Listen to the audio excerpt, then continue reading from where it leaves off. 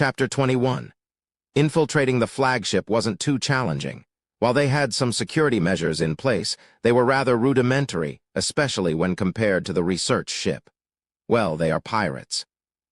These individuals were accustomed to pillaging, so they probably didn't consider the possibility of being looted themselves. My subdermal implant, located beneath my chin, started tracking the vibrations. The heart of the metallic flagship wasn't too far away. Having confirmed the location of the reactor, I sprinted down the corridor. The flagship's corridor was surprisingly messy for what was supposed to be a military vessel. It seemed like they had patched it together using parts from other ships, resulting in walls of different colors and boxes of plunder scattered about haphazardly. It was like running through a garbage dump, and I sensed movement from the enemy. 2 of them, to be exact, 1 human and 1 insectoid. Let's take care of this right here. I crouched behind some nearby boxes. As their footsteps drew closer, my tail took precise aim at the human's throat. K! A fountain of blood erupted from the severed neck, leaving the insectoid in shock at the sight of his fallen comrade.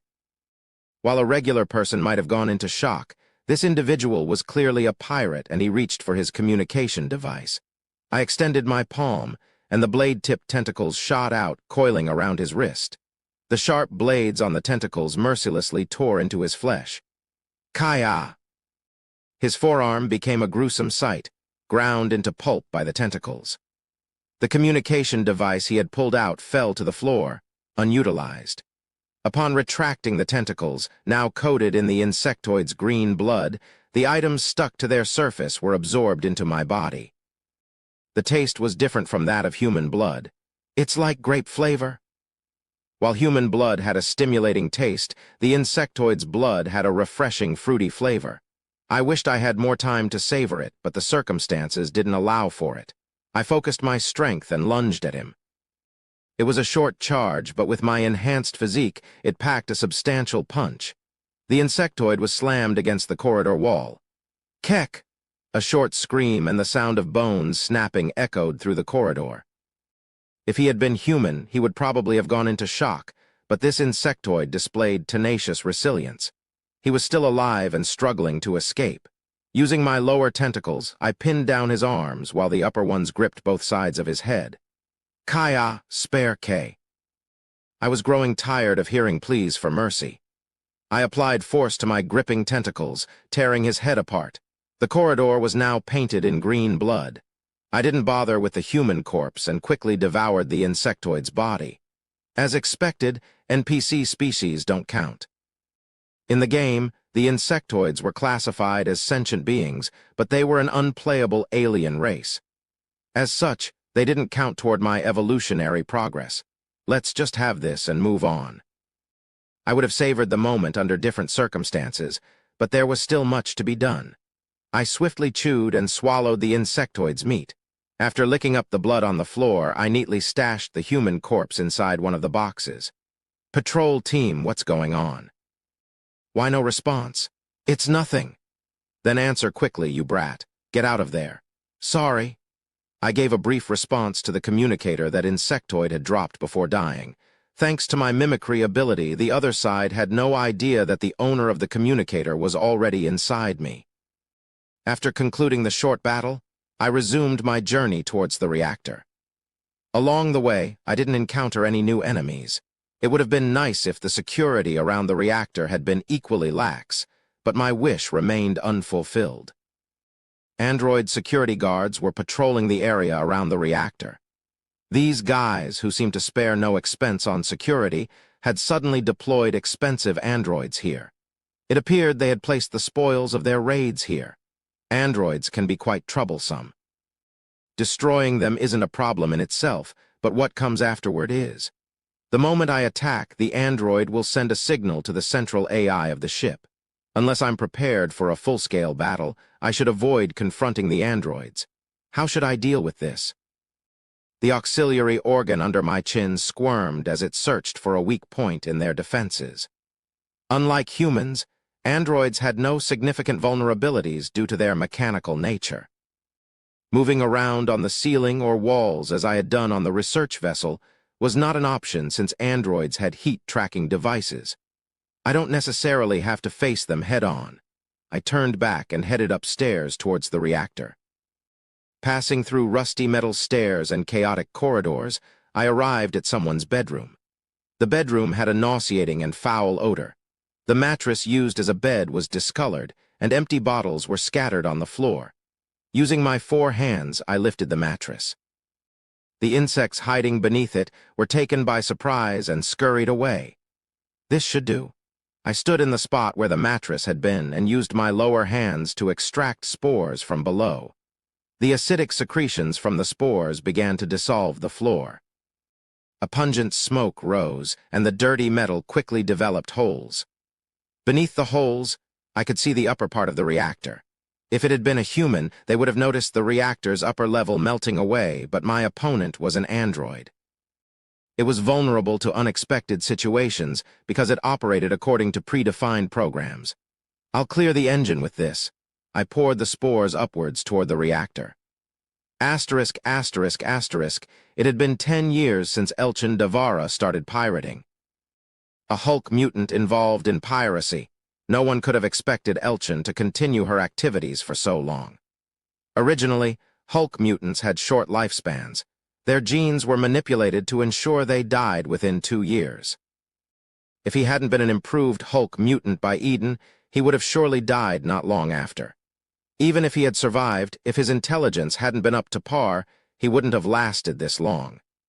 Elchin has surpassed both of these adverse conditions. He has become a respected figure among the space dogs, even an elder statesman. Seeing what is happening in front of him right now is quite shocking, even for Elchin, who has been through all sorts of trials and tribulations. Request for assistance? This is the command center. The intruder is attempting to break down the door. Damn it, we don't have any personnel to send. No, I don't want to die. Where's the captain? Where's the officer? The officer died earlier. Get yourself together. Hee, we're all dead. Heh, anyone with remaining ammunition. It's breaking into the room. Prepare for combat. Damn it, it's a smoke grenade. It's inside. Save us. Ugh. With screams as the final notes, the recorded video on the command center computer came to an end. The hologram turned off, but no one in the room dared to speak. What in the world is happening? When Elchin first boarded the ship, he found it strange. Apart from the odd vegetation growing everywhere, the most glaring issue was the complete absence of any people. Even if they had all died due to an attack, there should have been traces on the walls or the floor. Bloodstains, shell casings, something. However, there was none of that on this ship. It was as if the research ship had been a ghost ship from the very beginning, with no human traces whatsoever. Elchin realized he needed to learn more about the attackers, so he gave orders to his subordinates to dig through the recorded footage and gather information about the situation. The result was the video he had just watched. The individuals who had been holed up in the command center, facing an unknown adversary, appeared to be in dire straits, even to the ruthless pirate Elchin. Even before coming here, they had experienced several battles, and few among them were unscathed. Some were missing limbs, while others had lost their minds. The video ended with the command center's door being breached, and it wasn't hard to imagine what had happened to them. Play the footage from before this. Elchin instructed one of his subordinates, who then played the previously recorded video. This is the command center. B3. Join us as soon as maintenance is complete. The path is complex. Everyone move cautiously. On the screen, a muscular soldier with short hair was giving orders via a communication device. Several individuals in fancy attire stood beside the soldier. The playback showed the process of their first encounter with the unidentified creature and their subsequent search. The soldier is likely responsible for the ship's defense. And the one in the delicate attire in the back is that Captain Samuel. It started off calmly, but the atmosphere quickly changed. Screams of soldiers echoed through the communication device, and the leaders in the command center began to panic. The dispatched troops have been wiped out. Elchin had thought that, but the situation was not over yet. What happened next left him truly astonished. While the leaders were in turmoil, the unknown creature suddenly burst forth. Is it going to attack here? Elchin wondered where it had come from, but the creature seemed to attack indiscriminately, killing people as it moved. The white temple floating above the black sea of stars was stained with blood. The person who managed to momentarily stop the creature was the soldier who had been leading the troops. He drew a plasma pistol from his holster and fired at the creature. Unlike before, the creature reacted differently to the soldier's weapon. It seemed to recognize the soldier's weapon as a threat and retreated, deploying a smoke screen from a hidden source before launching an attack on the soldier. It's intelligent. Not just intelligent, but highly intelligent, a high-risk organism. Elchin, who had been exposed to various life forms through genetic modification procedures, had an intuition that this creature was the first of its kind discovered in this universe. If Megacorp had known of such a dangerous creature's existence, they would have captured it and extracted its genetic material long ago. Nevertheless, the battle between the creature and the soldier ended with the creature's victory. It was more the soldier's misfortune than his mistake. A stray shot from one of the soldiers had caused significant damage to the soldier, ultimately leading to his defeat. The creature, seemingly aware that reinforcements were on the way, retreated immediately after killing the soldier. Damn it. When Elchin had decided to take on this task, his main concern had been the noble capital, particularly how to deal with retaliation from the Eugen family. However, after watching the video, it seemed they should be more concerned about safely retrieving the bodies from the ship. Hey, Garlic. Yes, sir. Elchin called for Garlic, who had been lost in thought while staring at the hologram. She returned to her usual timid demeanor upon being addressed. They lost contact only yesterday, right? Yes, that's correct. The original plan was for us to meet them yesterday. However, since the ship didn't arrive, we spent a day searching. During the journey, Elchin had already obtained the personnel records of the research ship. There were a total of 222 people on board, with 96 of them being soldiers. If Elchin ordered it, his subordinates could eliminate them all within half a day. The problem is that we don't know the creature's identity. After watching the video, Elchin quickly realized the creature's strengths. It was the type that compensated for its lack of physical power with intelligence and various abilities. Attacking the creature without any information would be akin to ordering his subordinates to commit suicide. Of course, Elchin was not one to care whether his subordinates lived or died. However, he didn't enjoy wasting resources unnecessarily. Even if his subordinates died, he wanted to extract as much information as possible from the creature before they did. Nevertheless, we're fortunate. Sir, the creature doesn't know we're here. Since all the individuals in their group were hardened pirates, they had infiltrated the research ship as quietly as possible. Unless the creature had cameras placed throughout the entire ship, detecting their movements would be nearly impossible. Let's find the creature first and corner it. We'll deal with the bodies afterward. As Elchin was about to issue orders to his subordinates, one of them rushed in from outside, holding a communication device. His face was pale, as if he had seen a ghost. Boss, something big has happened. What is it? The ship's engine is completely fried. What? Elchin exclaimed in disbelief. The engine was working fine, and the sudden malfunction was incomprehensible. Though facing an enraged boss was never a good idea, the subordinate had no choice but to explain the unfortunate situation. After all, if they concealed it and were caught later, the consequences would be far worse. After checking from that side, it appears that the engine is completely corroded and recovery is impossible. Damn it, give it to me. Elchin snatched the communication device from his subordinate, his frustration evident in his actions. Damn it, Garlic. Yes. Can this ship still function? Well, we'll need to check. Damn it. No, wait. Yes, it can still function. You and you help Garlic. The rest of you come with me. We're going after that damn creature. Follow me. Yes. Elchin led his subordinates out of the command center. He made a vow to himself that capturing the creature wouldn't be the end of it. Asterisk, asterisk, asterisk. Oh, he's angry. He's really pissed. Back at the nest, I was aware of their movements. The boss, with his heart racing twice as fast, was storming through the ship. and his subordinates were following him closely. Should I wait until they scatter? The research ship had a more complex layout and more facilities than the battleship. Moreover, the intruders had just arrived. To efficiently search this unfamiliar place, they had to divide their personnel. They probably didn't know, but there were survivors on this ship. There were about 20 individuals scattered throughout, including the captain and some of the command staff. Naturally, they weren't left alive out of kindness. Megacorp really despises pirates. There might be some defectors, but most of them would attack the pirates. While they fought among themselves, I could pick the fruits that fell from the tree. But that guy's a problem. The human who remained in the command center. Disguised as ordinary, she was moving around the room, seemingly performing some tasks. Only 3 individuals were with her. It would have been a good time to attack, but I had an uneasy feeling. A morph's unique intuition was warning me. That individual was a dangerous presence, and I needed to be cautious. Could she be the person Arnold mentioned? Si-Hyun Yujin. She was someone Arnold had mentioned as being similar to me. What had Arnold seen to make that comparison? Perhaps she's a genetically modified human like me. In a society where Megacorp valued competition as the highest virtue, the obsession with extending life was incredibly strong. Especially at the top of the pyramid, the noble capital, they would commit heinous acts without hesitation as long as it allowed them to live longer. The advancement of genetic modification technology in Megacorp was a result of this societal atmosphere.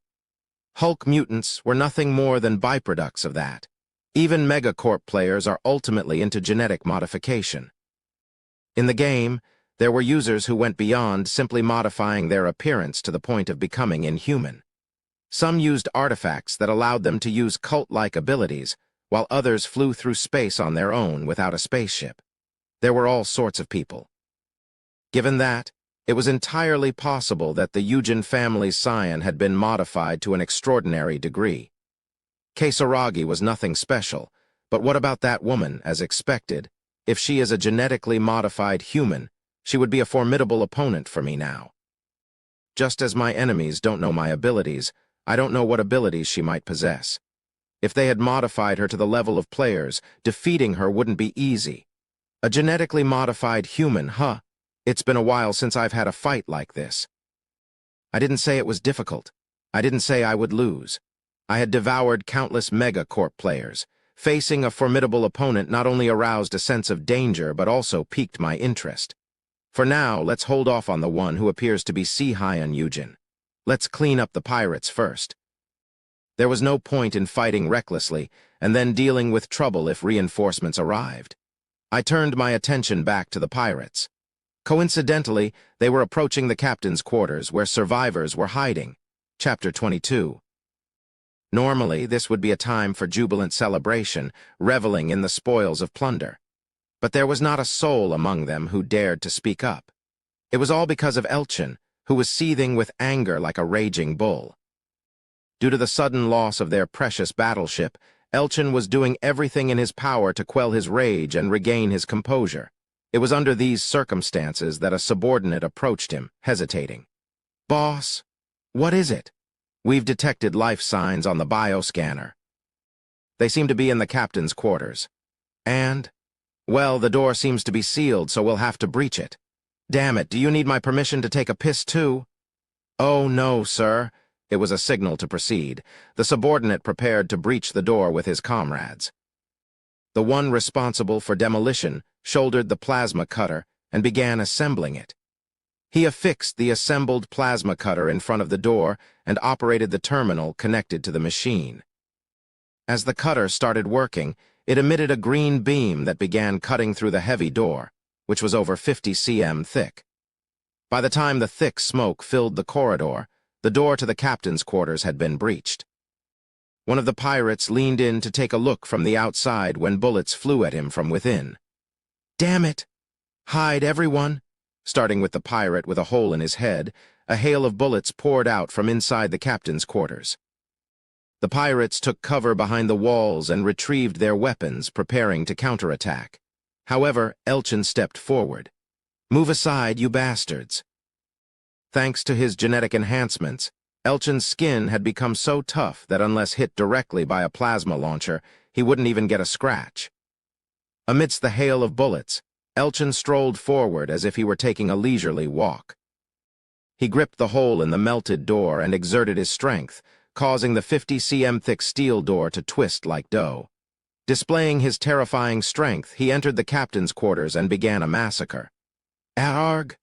Monster! With every punch from Elchin, crew members turned into chunks of meat.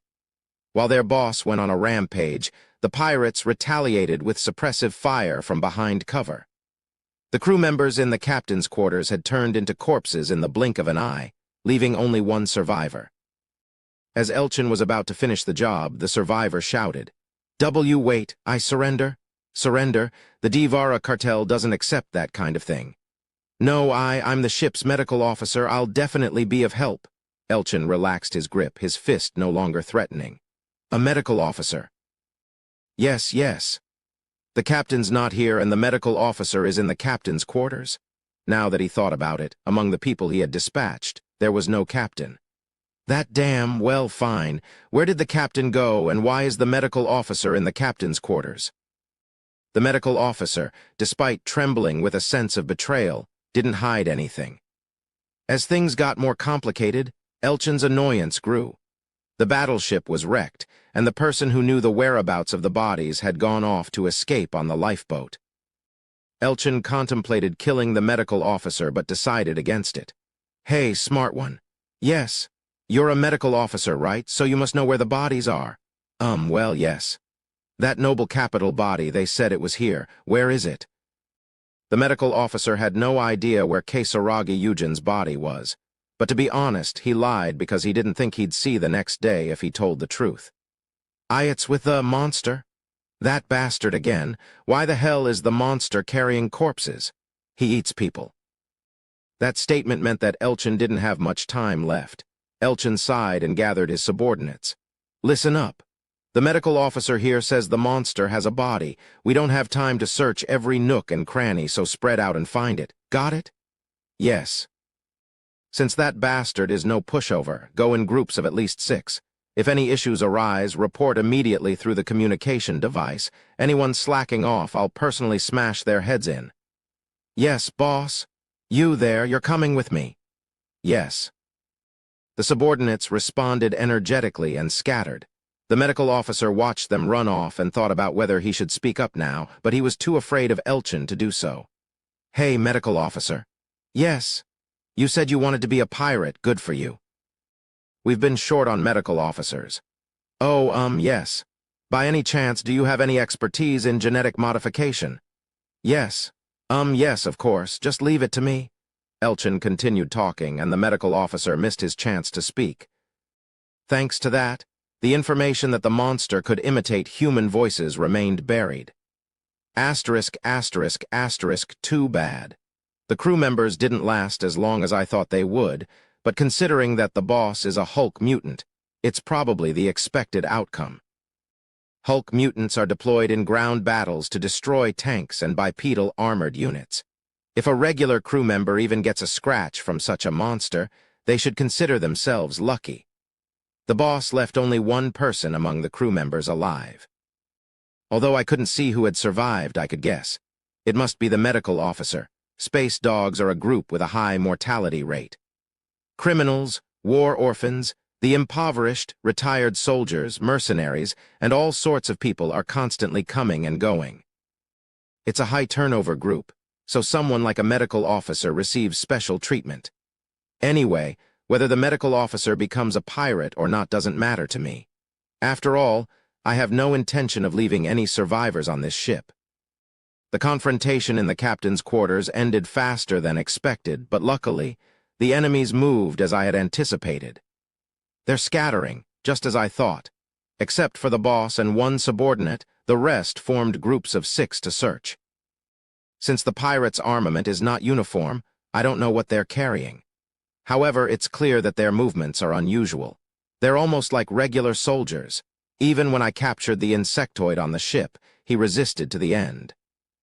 Assuming they are not below average, they might be on par with regular soldiers. Looks like they've spread out enough. Time to make my move. As I was about to leave the nest, no, 26 followed me. Hey, baby, let me come with you. Z. Inside, I don't want to. Z. Why? I want to help too. Number 26 was like a child wanting to help their father. I lifted the little one and placed it on the nest, but they refused to give up and followed me. Seeing the determination in number 26, I recalculated the enemy's strength once more. Excluding the boss and that suspicious human, it shouldn't be too difficult. I've fought with pirates countless times before. While I didn't know the exact state of their armament, I was confident I could handle whatever they brought. Moreover, if 26 was going to accompany me, the little one needed combat experience. There might be moments when I couldn't protect it. 26 needs to experience combat too. Even if it doesn't provide direct assistance, it can't be a hindrance. With my decision made, I allowed 26 to accompany me. Be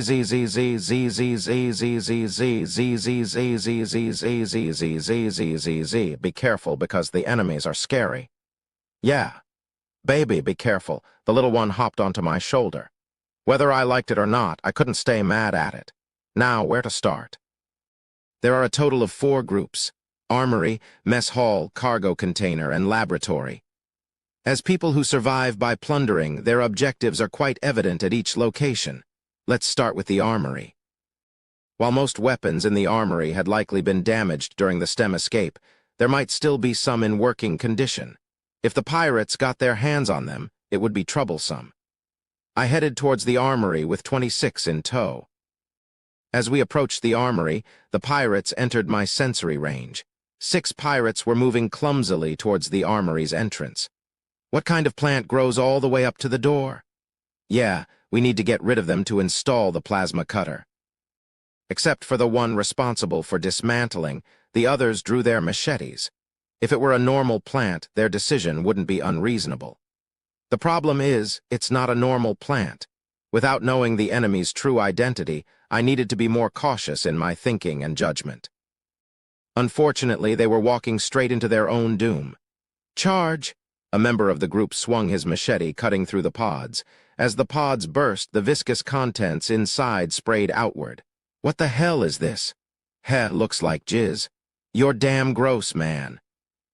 One of the pirates, whose face was splattered with acidic goo, watched as his skin and muscles melted away, his jawbone falling off. His comrade, whose fingers were coated with neurotoxic secretion, collapsed, paralyzed from head to toe. I appreciated the opportunity they had given me, so I accepted their fate with gratitude. I rushed towards them with my bulked-up body. It's him! The monster appeared. What the hell? He looks different from what we saw. Of course I would. The footage they saw in the command center was taken before I acquired the physical enhancement type. While I did have to go back to the command center while devouring the protesters, I had used smoke to conceal my appearance. In other words, they don't know anything about me. Fighting without sufficient information was a massive risk.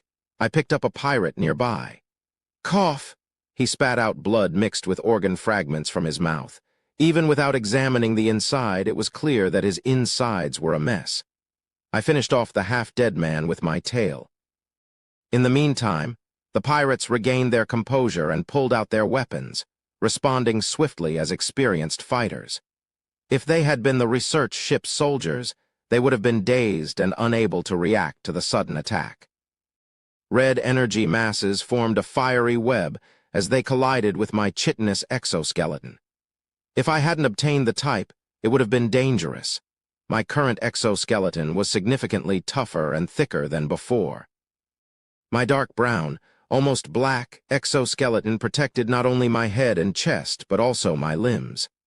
I truly resembled a knight in full plate armor from the space age. That's what I looked like. I ignored their attacks and charged ahead. With a gruesome sound, the pirates who stood before me turned into bloody messes. I didn't stop there. I extended my tentacles from my upper arms. The saw-blade tentacles, resembling venomous fangs, reached out and wrapped around the pirates' waists. Arg! Ah, my waist. Their waists were torn apart as if they had been sawed, and their innards spilled out. Die! Seeing their comrades dying in agony, one pirate lost his composure and rushed towards me. The pirate belonged to the insect men species, and he must have thought that, with their superior physical abilities compared to humans, he could handle close combat. However, as things often go, what he expected didn't happen. The machete he swung was easily thwarted by my tail. I intended to finish him off, but 26, who was on my shoulder, jumped onto him. Grrr. Suddenly, a pinkish, translucent, soap bubble-like substance stuck to the pirate's face, causing him to panic. However, the intense pain that followed left him writhing helplessly. It was because 26 had melted the substance with its unique appendage. The insectoid, in his panic, tried to use his sharp, pointed fingernails to tear 26 apart. I can't let that happen. Even though 26 was hunting for a change, I couldn't just leave it to get hurt. I lightly pricked the insectoid with my tail, injecting neurotoxin. The insectoid froze stiff, unable to move or react. I entrusted 26 to deal with the insectoid and focused on handling the remaining pirate. The one responsible for dismantling was not attacking me but requesting support through his communicator. "Hey, there's a monster here." I approached from behind and firmly grabbed his forearms. "Hi-yak, see come quick, arg." Before the pirate could finish speaking, I opened my mouth wide and bit off his head. The terrifying bite force of the amorph easily crushed his hardened skull and turned its contents into a gruesome pulp. "What? Where are you?" I quickly swallowed the brain of the pirate in charge of dismantling and activated the special device inside my throat. Cough, it's nothing." "What?" "It was just my mistake. There's nothing here." "What the hell is wrong with you, crazy bastard? Are you using the communicator to play around or something?" "Sorry." I replied half-heartedly and turned off the communicator. The group in the armory was now dealt with. Should I keep the communicators? They might come in handy for electronic warfare. I doubted pirates would demand identification like the Star Union. With the communicators in hand, I approached 26, who was still having its meal. Its robust vitality, typical of insectoid, seemed to be more of a disadvantage than an advantage. Seeing it writhing and trembling, I couldn't help but feel a sense of pity. But that doesn't mean I'll spare it. I couldn't afford to let 26 get hurt when it was finally hunting. I lightly pricked it with my tail, injecting neurotoxin. The insectoid stiffened up like someone who had suddenly frozen in time. I left 26 to deal with the insectoid and proceeded to handle the other corpses one by one. Among them was someone from the Star Union. He was one of those I had sliced through the waist with my tentacles. "PL, please. Spare me." In a cyborg-like manner, he was still alive despite having his upper and lower body separated. He desperately begged for mercy. The Star Union believed in the ideology that the frail human body should be replaced with machinery. They had a mindset opposite to the Megacorp, which sought to improve genes to become better beings in their human state. They're both bad guys, no doubt about it. The Star Union, aside from themselves, are the kind of folks who want to share their blessing with other species. What I mean is, they modify other species they capture as prisoners into machines, regardless of the prisoner's will.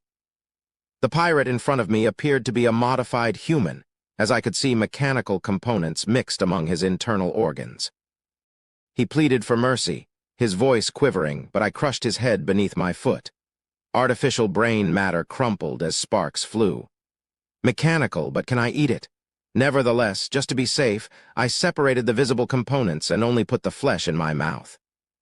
I tasted a strange mix of metallic sparks and the greasy texture, as if the taste had a hint of sizzling electricity. It's kind of unique in flavor. Considering its appearance, it was surprisingly palatable. I finished eating the cyborg's corpse. I wiped my hands, which were smeared with oil, and a translucent text box appeared. Metamorph pre-Saint evolution conditions partially met. First intellectual entity 10/10 achieved. Second intellectual entity 1/10 incomplete. Oh, I didn't expect this, but it was good news. Just as I suspected, cyborgs were treated as a separate species in the game, just like in reality. There were 12 of them on this ship, right? Once I devour all the cyborgs on the research vessel, I can immediately progress to the next stage of evolution. Evolving into an intellectual entity so quickly by consuming the cyborgs within the research vessel was unexpected. It's like a gift I hadn't anticipated. Baby, what's got you so excited? ZZZZZZ, something like that. 26, who had finished its meal, approached me. I gently stroked it and placed it on my shoulder. It seemed like 26 was starting to look like Santa Claus, bringing me a bunch of gifts, despite being considered a cosmic disaster by some, known as the Space Dog. Chapter 23. Crunch! I yanked the throat of one of the pirates with a swift motion.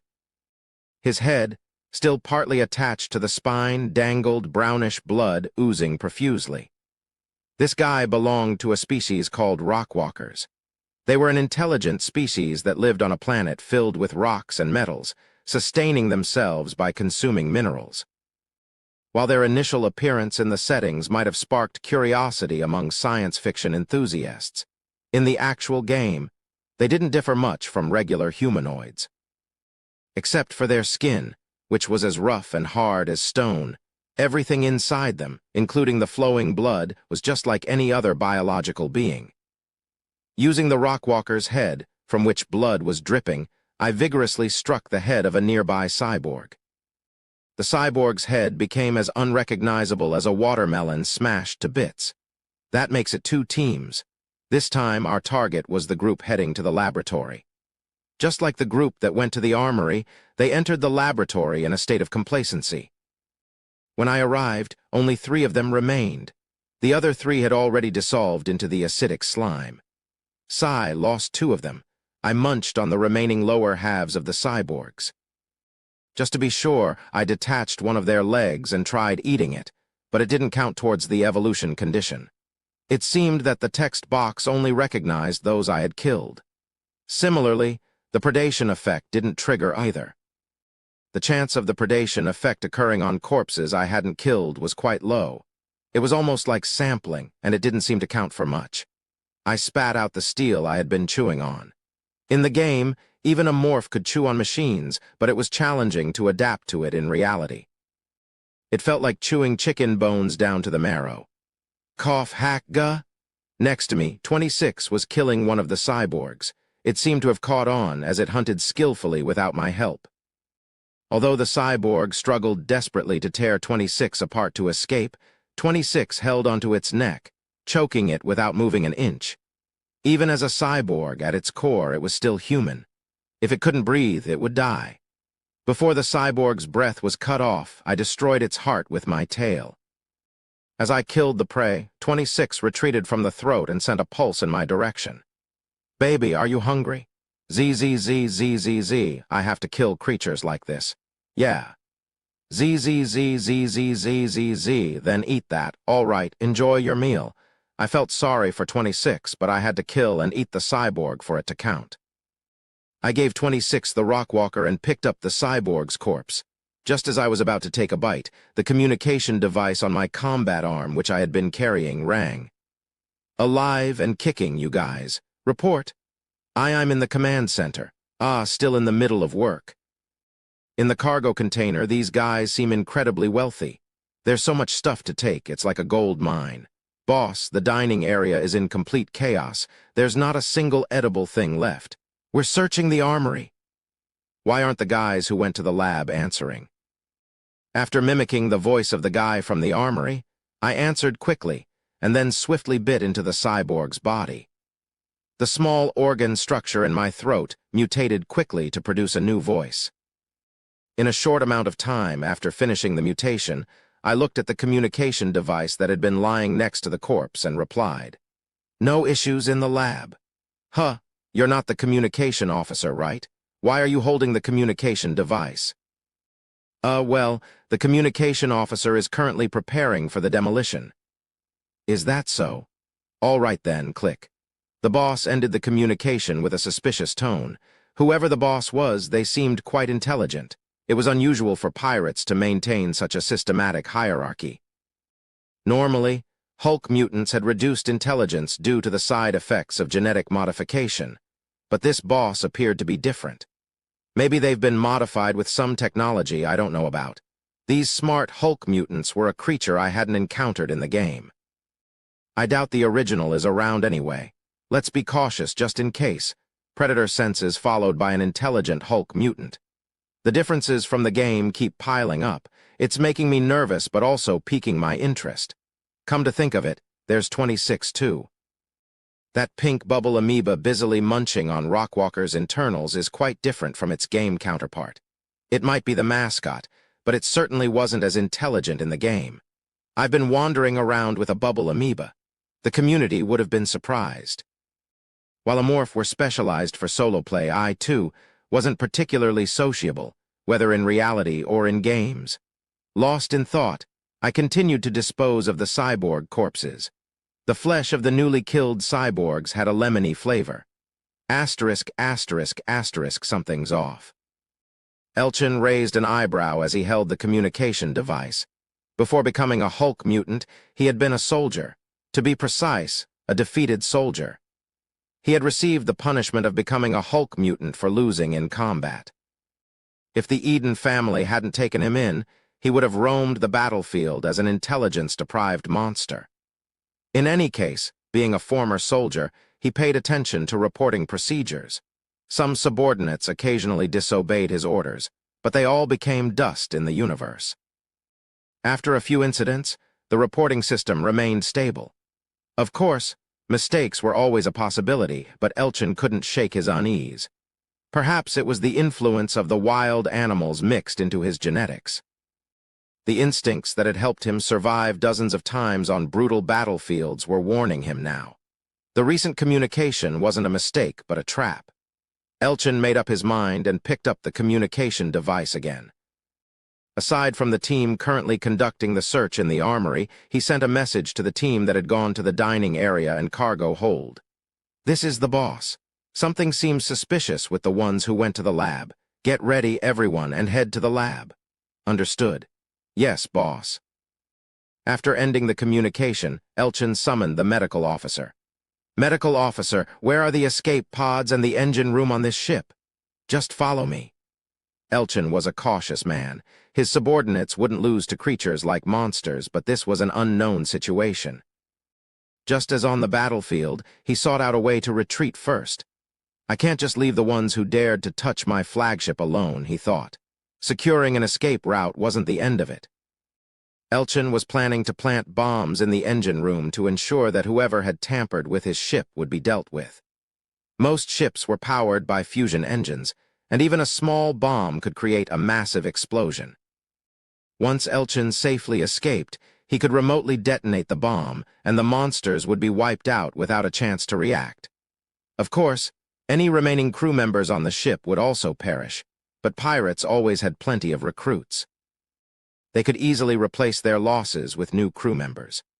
Garlic and medical officer should be enough. The subordinate who hadn't even considered that their boss might be thinking of abandoning ship was now closely monitoring the medical officer. As the three of them made their way to where the escape pods were located, Elchin called the medical officer. "Medical officer." "Yes. You fought against the monster, right? Is there anything that could be its weakness?" "No, there isn't." Elchin furrowed his eyebrows, and he could tell that his subordinate's response didn't sit well with him. The medical officer seemed uncertain about how to handle Elchin's reaction, but he had already spoken his mind. "He's reacting like this, even though he's scared of me," Elchin thought. He knew that the medical officer was afraid of him, yet he didn't hesitate to give an answer that Elchin disliked.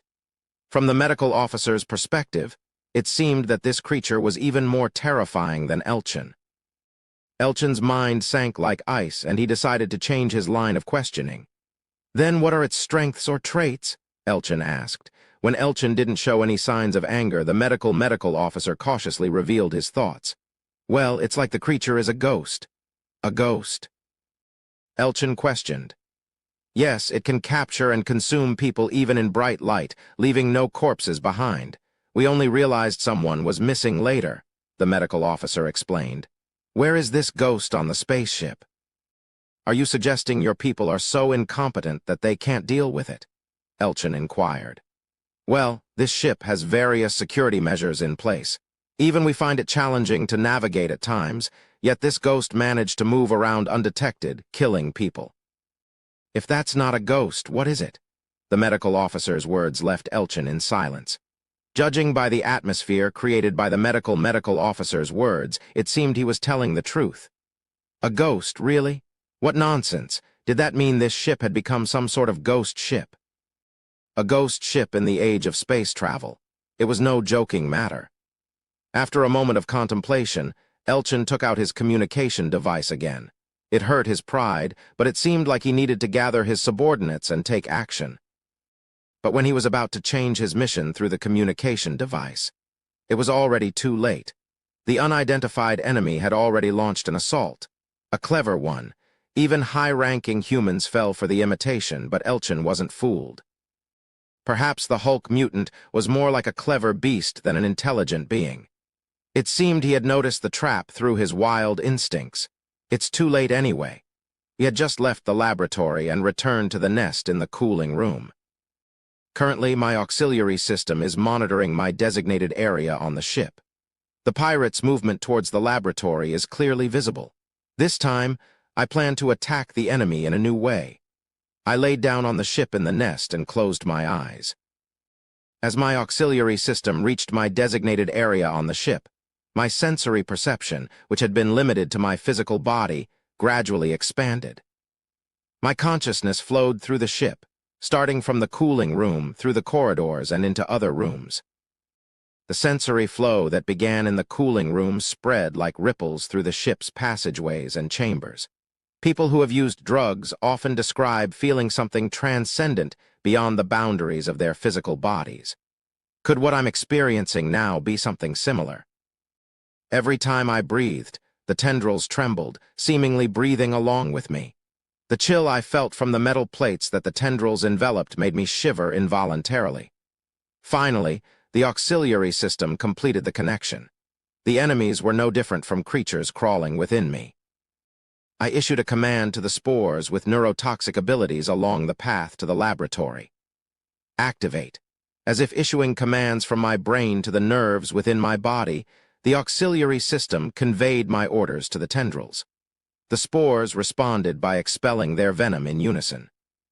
From the ceiling, walls, rooms, corridors, floors, it didn't matter where a highly toxic substance that paralyzed living organisms rained down throughout the ship. I could sense the confusion of the pirates as they grappled with this completely unexpected attack. Desperately trying to destroy the spores and cut down the tendrils to escape, they didn't last long. Their bodies, in defiance of their owner's will, turned into lifeless husks. Some who quickly realized that the spores were the problem managed to escape, but the majority made foolish choices. Success. I had expected to fail, but attempting to control through the link to the nest was only possible after becoming an apex organism. In the game, that is. I tried it in the real world, wondering if it might work, and it succeeded. Of course, it wasn't a reckless gamble. There were enough factors for success. The nest was still small. I was familiar with the areas I had already visited, and there weren't many spores. My expectations had turned out to be spot on. The ones who got away are just 5, more than half had fallen victim to the spore assault. The 7 who couldn't escape lay motionless on the ground, waiting for death to claim them. I rose from the nest. The thin tentacles below my chin dropped from the nest, and for a moment I felt a sense of inertia. It was like the soul that freely roamed the infinite space was once again imprisoned in a body called the flesh. The sense of inertia didn't last long, but the energy expended in controlling the nest didn't return. I felt a strong hunger, a sensation I hadn't experienced in a while. Z. I'm hungry. Let's go get some food, yeah. I carried 26 on my shoulder and headed for the laboratory.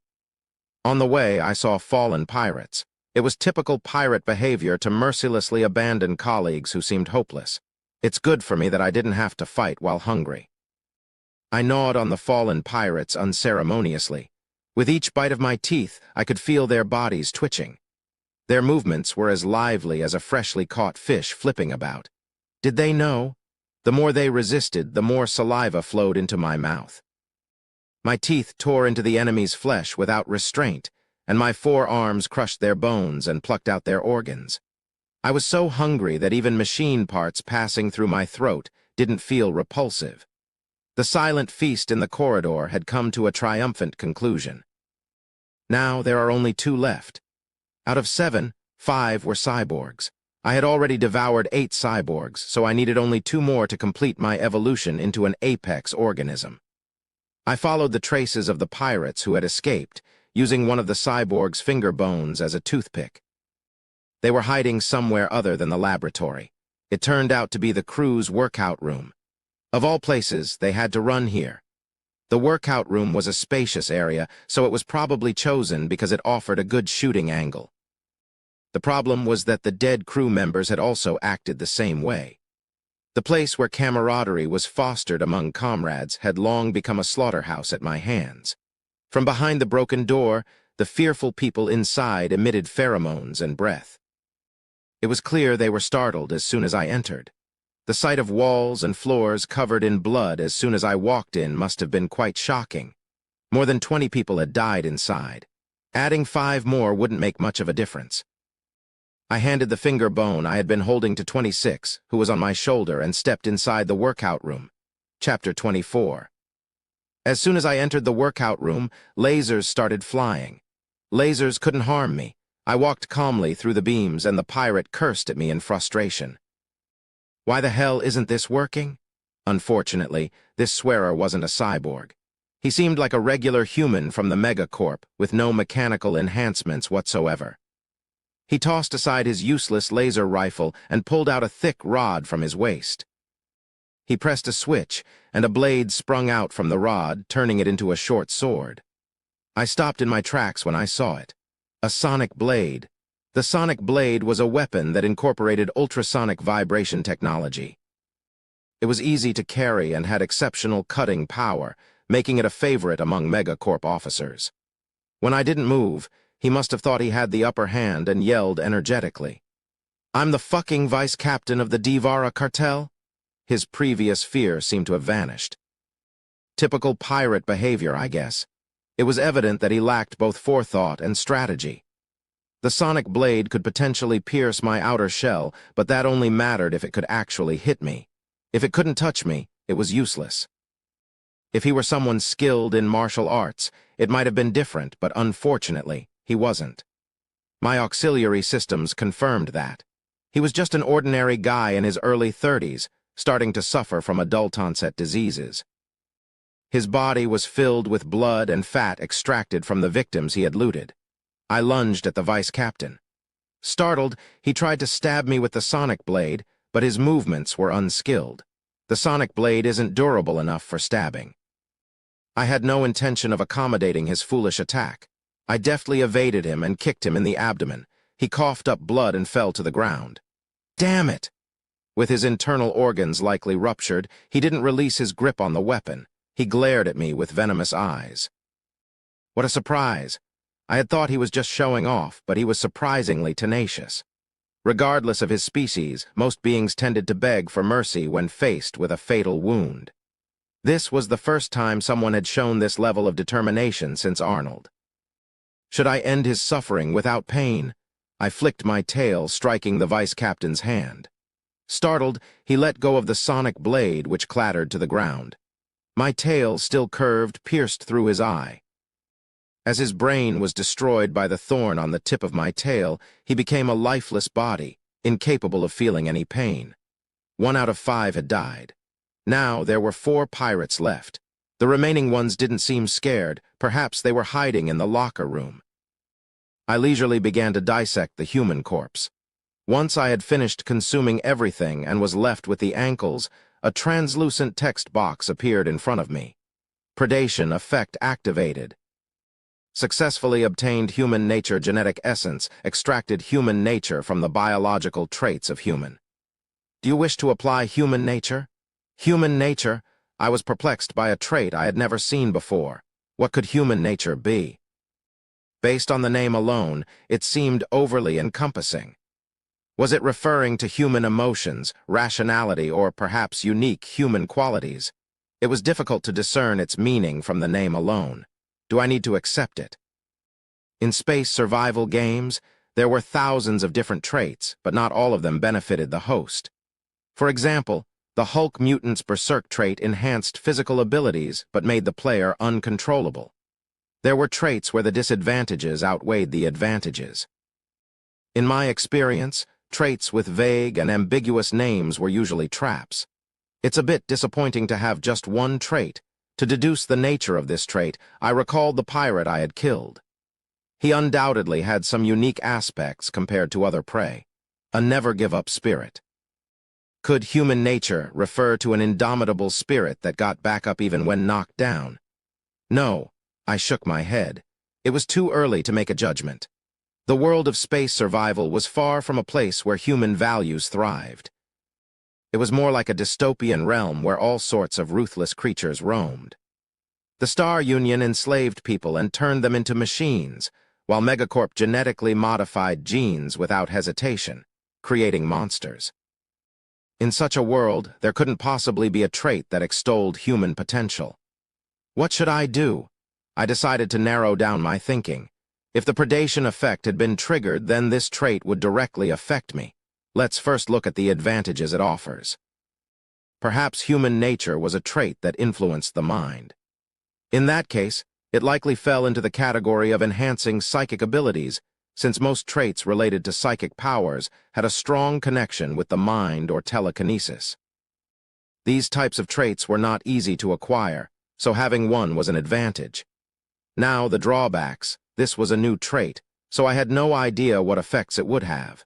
If it enhanced human emotions, such as ethics or compassion, it would be a negative trait for me. I was an amorph, a species that could only evolve by consuming other beings. If I suddenly couldn't eat human flesh, it would be a significant problem. It wouldn't just halt my growth, it would pose a considerable threat to my survival. The risk is too great. Let's reject it. As I considered canceling the trait acquisition, a faint, tingling sensation ran along my jawline. My auxiliary systems were warning me to reconsider my choice. Predator's sense. Since this was an unprecedented occurrence, I suspected that my predator sense had been triggered. However, even after waiting, the future foresight effect did not activate. So, this warning was entirely based on my auxiliary systems or an instinct inherent to amorphs. It was ironic that, as a human, I considered human nature unimportant, while my amorph side emphasized its significance. Nevertheless, I couldn't ignore the warning from my auxiliary systems. In the game, I might be an expert, but in reality, I was still inexperienced. If my amorph body hadn't assisted me, survival would have been impossible. Is this really that important? I asked silently, but my auxiliary systems remained silent, the tendrils under my jaw offering no response. Should I accept it or not? I would have preferred to delay my decision, but unfortunately, that wasn't possible. If I didn't accept it, the acquisition would be cancelled after 10 minutes. While reality might differ from the game, I had no desire to test it. Let's accept it. After much contemplation, I decided to accept the human nature trait. I intended to fill the psychic abilities category, but since the auxiliary systems granted this trait specifically to me, I couldn't easily dismiss it. My trust in these tiny tendrils that had never forced a risky choice on me before made me choose to believe in them once more. Upon accepting it, the semi-transparent text box emitted a glow and disappeared. And within my body, everything seems normal. There was no sudden rush of strange thoughts, overwhelming guilt, or any other unusual sensations. My body and mind felt the same as usual. I reactivated the text box. Currently, there is one available type for specialization. Psychic Enhancement Type 3/6. As expected, human nature was classified as a psychic-related trait. Now I had 3 psychic-related traits: Predator's Intuition, Psychic Organ, and Human Nature. To obtain a type, I needed to collect 3 more psychic-related traits. I examined the details of the Human Nature trait. Human Nature assists in making the right judgment at critical moments. Asterisk note, may your choices hold value. Vague. Even after reading the description, I couldn't grasp its effect. I decided that further contemplation would be futile and closed the text box. Let's focus on the fact that we've fulfilled the type condition. Regaining my composure, I looked ahead, and there was number 26, waiting for me. Its color seemed off, indicating it might be feeling uneasy. "Hey baby, are you okay?" "ZZZ, why wouldn't I be?"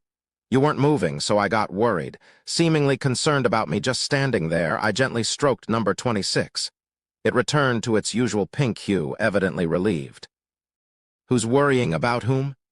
After picking up the sonic blade the pirate had been carrying, I hoisted number 26 onto my shoulder. Throughout the workout room, there were traces of the pirates scavenging, left in the wake of their fear. Of course, I had no intention of letting them escape. The pirate was cowering inside one of the lockers in the changing room. At first, there were several bursts of laser gunshots followed by silence. Thinking that the chief engineer had eliminated the threat, he felt relieved. But that wasn't the case. The chief engineer had failed, and the intruder was still alive. A while ago, screams from his colleagues hiding in the shower room had reached his ears. Their cries for mercy didn't last long. The pirate gulped down his saliva and tightly gripped the laser rifle.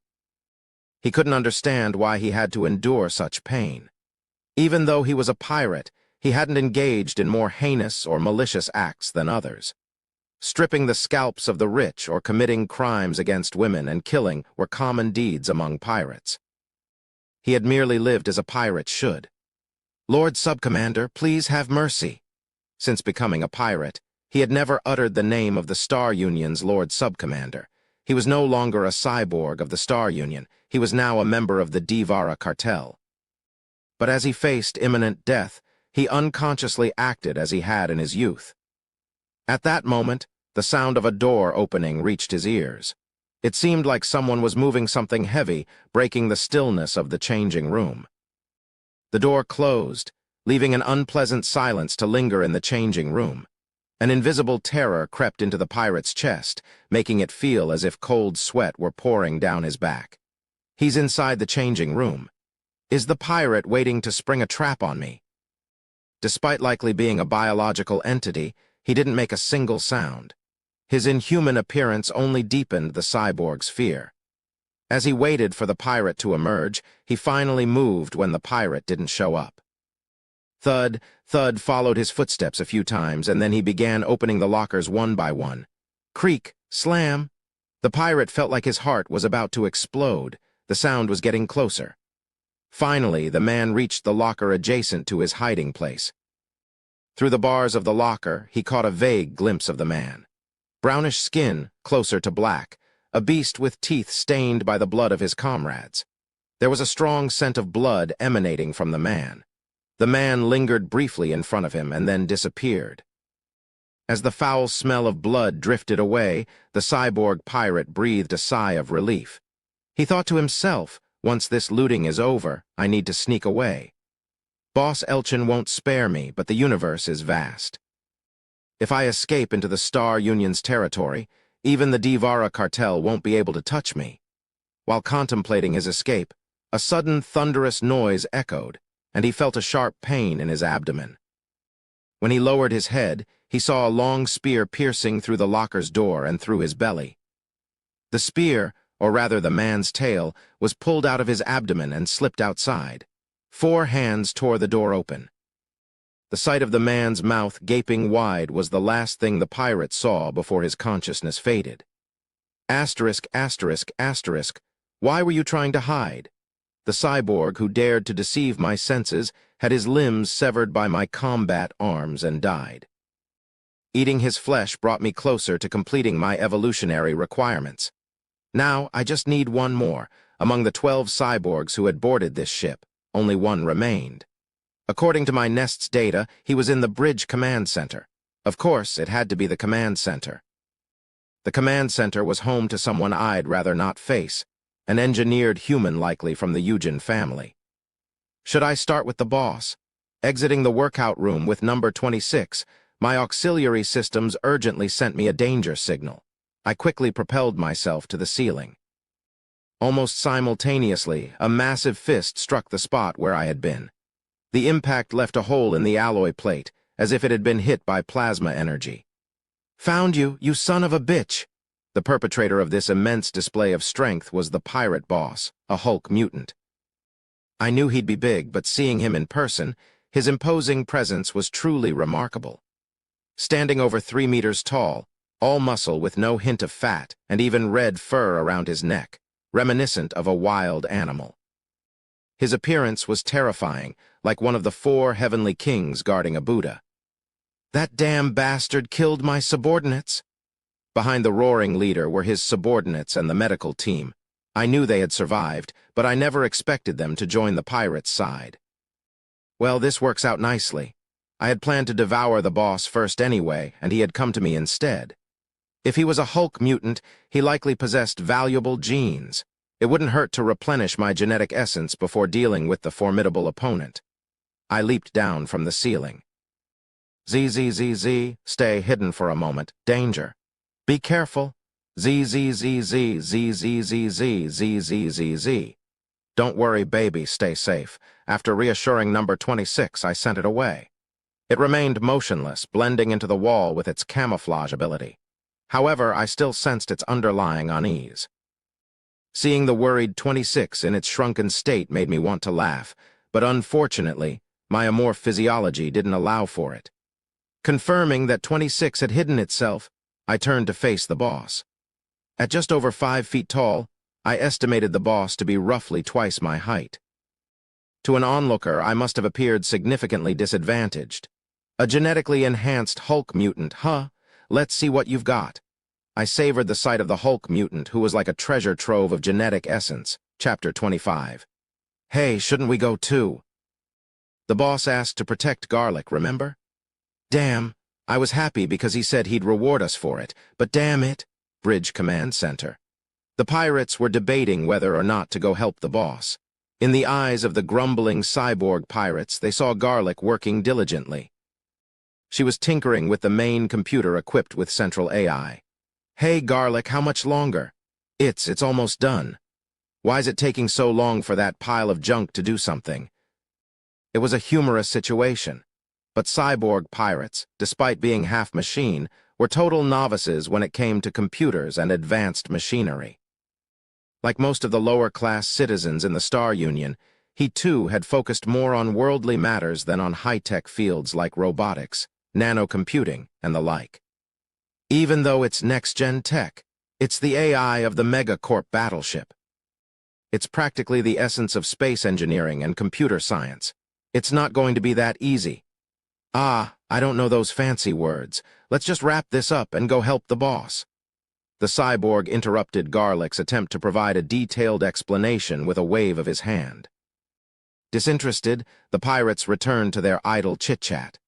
To them, Garlic smiled awkwardly and then refocused on her work. Well, at least she pretended to.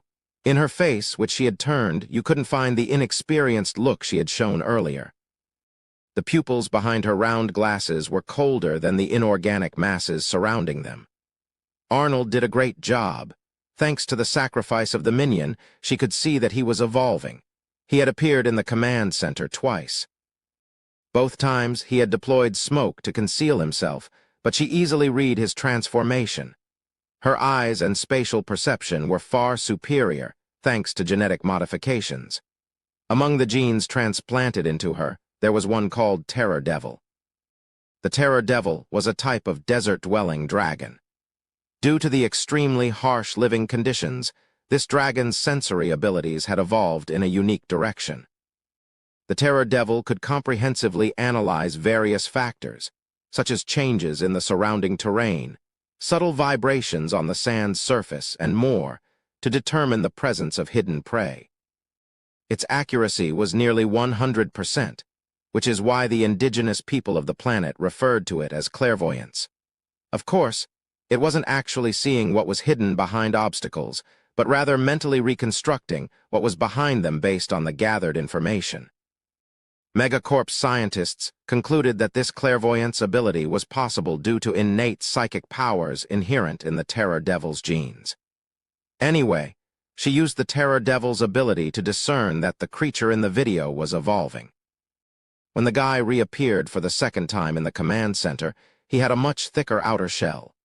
Her estimate was that he could withstand up to 2 hits. The guy raided the lab midway through the experiment. She was currently reviewing the lab data through the ship's main computer. The computer-illiterate pirates were oblivious to the fact that she had already completed all the checks a long time ago. He's not just smart. Based on the sample loss report sent by the lab's control AI, she could tell that he had wiped out every last trace without leaving anything behind. He had specifically targeted genetic samples, leaving all other chemicals and materials untouched. That meant he knew exactly what abilities he possessed and how to utilize them effectively. A creature that absorbs genes and evolves, is that it? She knew of a similar entity, one that shared her kind. Like my own kind. That was her conclusion. The creature, who plundered and utilized the genes of other organisms, was similar to her in that respect. Elchin won't be able to handle this.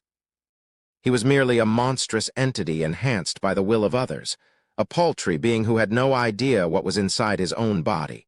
He could never defeat the mastermind of life who manipulated the origins of living beings at will.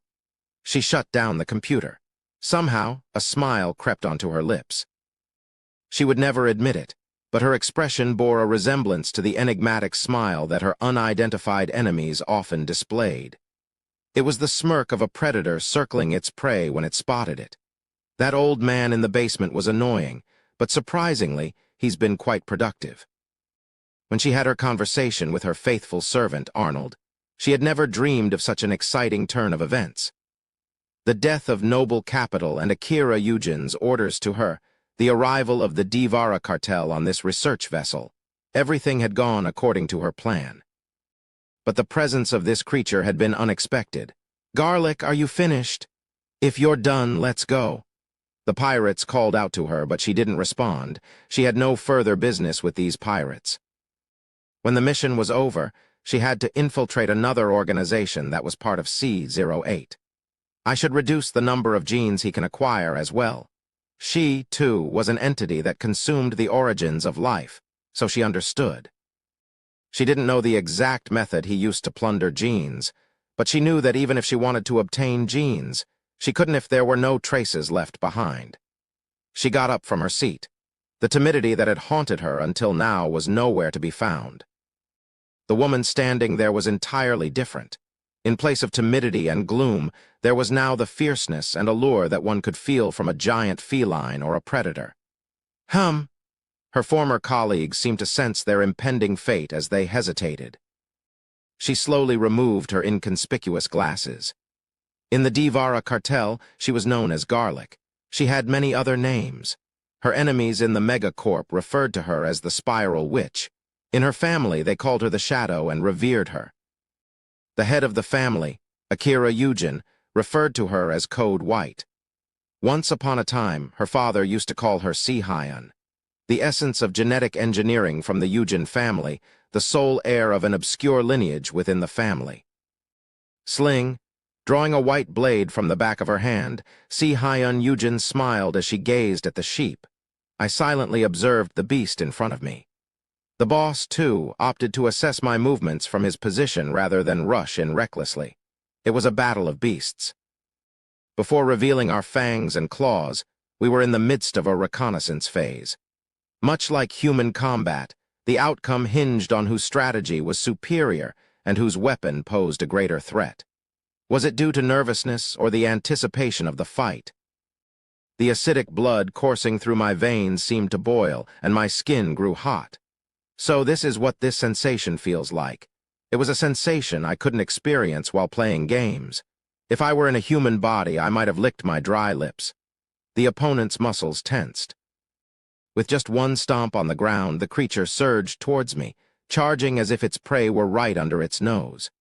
A creature of substantial size didn't necessarily mean it was slow. The floor shattered under the force of the creature's punch, and metal fragments scattered into the air. The sight of white shards soaring through the air resembled a flock of startled birds in the wind. Twisting my body to evade the attack, I dove inside the creature. Had my movements felt more agile than expected, retrieving the fist that had smashed the floor seemed sluggish. I had no intention of showing mercy to the creature. I aimed straight for its belly with my combat arm. Ha! It seemed I wasn't the only one who had predicted the opponent's attack. The creature, too, lifted its knee to neutralize my strike. My tail clung to the creature's shoulder, but it chose evasion over blocking. With enough force to leave footprints behind, the creature slammed into an alloy panel. The 3-meter giant was pushed back quite a distance into the air, but the creature hadn't merely retreated. During the exchange of blows, it had secretly planted pulse grenades. When the first attack had missed, I assumed it had stiffened in surprise, but in reality, it was a feint to set up the bomb throw. As soon as I realized this, the grenades exploded, generating a powerful electromagnetic field that swept over my body. Ugh! There was nothing wrong with my body, but the psychic device attached to the back of my head tingled as if I had just eaten something spicy. A pulse grenade was thrown assuming I was a combat android, although it turned out to be incorrect. Not a bad sense. With this level of skill, finding an adversary might prove difficult. Tusk, it's not one of Star Union's new weapons. The boss clicked his tongue as if he weren't pleased. It seemed that through our brief exchange, he had come to realize that I was not an easy opponent. Damn, where did this monster come from? The boss cursed under his breath as he reached for the laser pistol at his waist. It was an enhanced laser pistol, but due to his massive build, it looked like he was carrying a slightly longer handgun. After a moment of contemplation, he released his grip on the pistol. It was a wise decision. While it had more destructive power compared to conventional firearms, it was still just a laser weapon. All of his subordinates had laser pistols and had just failed. Since I had confirmed that I was unharmed in the recent exchange, it was reasonable for him to assume that laser weapons wouldn't be effective against me. He roughly swiped his hand through his mane, revealing a switch on the right side of his neck. The Berserk switch. It seemed he chose to trust his own fists rather than rely on weapons. With fingers almost the size of a beer can, he halted just before pressing the switch. Hey, do you understand me? It was unexpected. Until now, none of the beings I had encountered had tried to communicate with me, except for 26. They had only left messages like not wanting to die or begging for their lives. I wasn't sure what his intentions were, but he had piqued my interest. I lowered my threatening tail slightly, and in response he raised the corners of his mouth in what looked like a grin. I planted a bomb in the reactor. The control device is synced with my heart. If you kill me, this ship will explode and everyone will die. A bomb. I glanced at the medical officer behind the boss. His pale complexion and the way he wiped sweat from his forehead with his sleeve indicated that the boss's words were not a lie. While the bomb's installation was a fact, what mattered was whether the boss would detonate it. He seems quite attached to life. With high intelligence, superhuman physique, and arrogance, there were no elements to lower his will to survive. Without explaining the topic he brought up, he pressed the switch in silence. It signaled the beginning of the transformation unique to Hulk mutants. The arrangement of genes within cells shifted, and the body contorted. Bones that should have been inside burst through the flesh and spilled outward, while blood that should have circulated within veins poured out. The surface of the skin emitted vapor due to the inner energy's agitation. Muscles swelled, tearing apart the clothing they covered. This sensation, I've never felt it in a game. Even in his normal state, he looked far from human, but completing the transformation into the Berserk state turned him into an outright monster. Compared to before, his arms had grown much longer. Not only that, but bones protruded from inside and transformed into armor-like shapes that wrapped around his arms, resembling small shields. This bone armor extended to other parts of his body, such as his head and legs. After the transformation, he resembled a gorilla wearing armor more than a human. Near his chest, an exoskeleton, similar to mine, had developed, providing protection to his vital areas. The difference was that the material covering his chest appeared to be alloy. The exoskeleton that emerged from his back and enveloped his entire chest gave the impression of steel spiders encasing his torso. With bone bursting from the skin, blood pouring out due to the outburst, the abnormally long arms, and more, It wouldn't be wrong to say that he looked like a creation playing tricks on its creator. He's not just randomly messing with genes. Looking at this guy, who was in fact a backward-compatible version of a morph, I guessed the genes that went into his body. First, the bone exterior covering his arms, which would likely become his main weapon. I had a suspicion about the origin of this biological feature. It's probably from a mountain crawler. Mountain crawlers were predators that shared their habitat with rock walkers. They looked like a blown-up version of an armored skunk, about 10 meters in size. Their tough exterior earned them the nickname Rock's Dragon. And they were notorious even in the game. The boss seemed to have selected only the best genes from these Rock's Dragons for himself. He tore off the ragged clothing that had become rags during his transformation. The Hulk mutant, standing at the boundary between savagery and rationality, pounded his chest and roared. Gwah! Rumble, rumble! A pure, destruction-driven scream echoed, mingling with a morph's resonance. My body, too, shivered as I felt the approaching bloodshed and violence under my skin. Come, in the darkness of space, monsters roared, announcing the beginning of the battle. Chapter 26. The medical officer couldn't blink his eyes, so this is what a beast fighting arena operated by the Star Union looks like. Two monsters are now facing each other under the watchful gaze of the stars. His new owner, Elchin Divara, seemed like a machine from hell cast by a demon. Abnormally long and massive arms, aggressively flailing red fur, alloy gloves adorned with dried blood and flesh. There was not a single element that wasn't ominous, a monster daring to confront the machine of hell. His gaze turned to the opposite side. There, a ghost was present. With a color close to black-brown, an exoskeleton covering the head and chest, a mass of tentacles resembling hair, 4 arms giving the impression of human bones clad in armor, and a tail almost twice the size of the body. The medical officer knew very well how many souls that black ghost had devoured. The dying cries of soldiers before his eyes still echoed in his ears. The machine of hell and the ghostly butcher. The massive and sturdy monster and the agile and tough one rushed towards each other. Asterisk, asterisk, asterisk, every time the creature took a step, the corridor of the ship vibrated. The approaching boss swiftly raised his arms. The bone shield covering his arms flew towards my head to break it. I leaned my head down to avoid the blow, and I shot my tail toward him. Just as my flexible tail was about to pierce his chest, I hesitated. Bomb.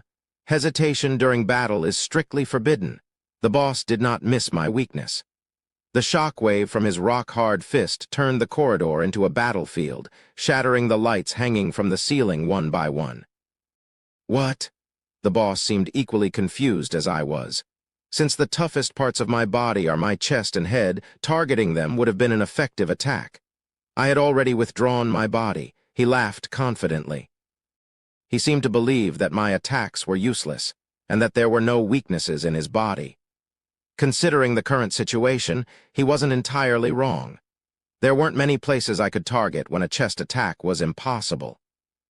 The bone armor surrounding his arms and legs was tougher than my enhanced body. Unless I used a plasma weapon, I couldn't penetrate it. Even if I aimed for the parts not covered by bones, he would do whatever it took to defend himself. But, currently, there were 2 things he didn't know. One was that I had the neurotoxin glands trait. If I succeeded in stabbing him anywhere on his body, the fight would be over. He already seems to have guessed it, though. The boss is particularly focused on my tail. Even before going berserk, when I aimed for him with my tail, he chose to dodge rather than block it. I'm not sure if it's an instinct from the wild or if he obtained information in the situation room, but he seems to be aware that my tail is dangerous. But what to do with this? He might not know, but I can extract poison from my teeth and claws. If I break through his exterior and attack, I'll win. So, how can I penetrate the tough exterior that the boss relies on so firmly? While the boss is concentrating on my 4 arms and tail, there is actually one more weapon in my arsenal. The small arms near my chest are holding a thin rod, the sonic blade. I picked it up just in case from the gym, but I didn't expect to use it so soon. The sonic blade excels in cutting power alone. It might break when I strike the bone exterior, but that doesn't matter. Once I make a wound on the armor, the rest will be no problem. No matter how thick and huge a dam is, it will collapse with a small crack. The moment when fortune smiles upon me is when a crack appears in his iron fortress. That's it! The boss leaped. Thanks to his enhanced reflexes, he jumped at an unbelievable height and lunged at me. I used all 6 of my arms and legs to quickly get out of the way. The place where I was standing was destroyed, and the corridor shook. Fast and strong. He's fast because he has mixed various genes, but his movements are incredibly fast. Even though he's using all limbs except for his small arms to evade, it's still quite close. Usually, fast movements come at the expense of strength, but he doesn't compromise on either. Of course, there's no such thing as perfection. Hulk mutants have a persistent weakness. I have to endure until that weakness comes to the surface. As we rushed through the ship's hull, we entered a massive space. The rusted smell of damp metal permeated the cargo containers. This is the world I first faced when I opened my eyes a cargo container. All 6 legs strained, and my body soared in height. As I roamed above the containers, shouts from below reached my ears. Arrogant! As if to say that such things can't stop him, he plowed straight into the containers. Rectangular metal blocks weighing several tons each tumbled in a chaotic manner. Grating steel plates on the floor danced in the air in response. Bugs hidden everywhere suddenly appeared in response to the impending catastrophe. After catching a cockroach fleeing, I hid my body behind a container. Facing such overwhelming power, direct confrontation is difficult. The only option I have here is to wait. I'm waiting. I've done more than just run away so far. Hulk mutants consume a lot of energy and have a short rest period in the middle of exertion. If I keep pushing him to use his strength recklessly, even if he doesn't want to, his body will be forced to stop the attack. There's not much time left. The auxiliary unit tells me that the chemical reactions and energy regulation mechanisms occurring inside his body, which are in close proximity, are revealing the optimal timing for my attack. The auxiliary unit tells me that there are 2 hearts in his body, and they regulate their output appropriately. Speaking of which, he has 2 hearts. Where is the detonation device connected? Hulk mutants' main hearts are usually on the left, so it's likely on the left, but he's a wicked monster. I'm not sure which side it's on. While I was briefly distracted by thoughts of the heart, he spotted me and charged. Egg! This is bad. A fist filled with unimaginable power, capable of throwing containers weighing over 10 tons like toys, grazed my shoulder. The throbbing pain surged, but it wasn't unbearable, so I immediately retaliated. My tail struck between his joints, like a spear thrust by a master of spear fighting into the part of his body not protected by bones. Bastard! He quickly bent his arm, causing my attack to fail. Before he could charge at me again, I quickly moved backward, and a container crashed down where I had been standing. Damn it! Running away, you cowardly bug! That was a mistake. Let's not fixate on the heart. I shouldn't fall into his trap. I moved out of his line of sight and focused all my senses on the auxiliary unit. He was breathing heavily, like an angry bear.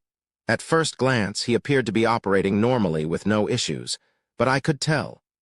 The components that make up his body are demanding rest due to overload. Carefully crawling up onto the container, I saw him smashing everything in sight. GRR, GRR. Steam rose between the exposed muscle fibers on his skin. It was a result of the heat generated while cooling his body down. Normally, he should have stopped and taken a break during his activity, but he didn't. Compared to before, he had slowed down, but that tremendous strength remained unchanged. An improved Hulk mutant with reduced weaknesses. Nevertheless, he hadn't eliminated the rest period. I seized the opportunity and pushed with all my strength against the container. My body became an arrow tearing through the air. In the dimly lit cargo container with my skin blending in, it seemed like he noticed me a moment too late. Die! He stood there, tearing away the grating floor with both hands. Massive projectiles, heavier than 10 tons each, flew towards me.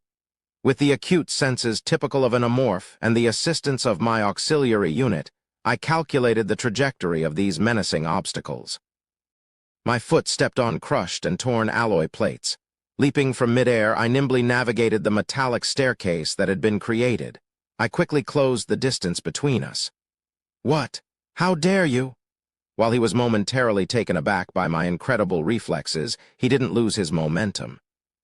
As I landed in front of him, he raised both hands high, intending to smash me down like a sledgehammer. The auxiliary unit warned me that the enemy's strength was formidable. I was well aware. He's the kind of guy who can throw containers weighing over 10 tons as if they were toys. The power in both his hands was beyond ordinary. In the blink of an eye, I made a decision.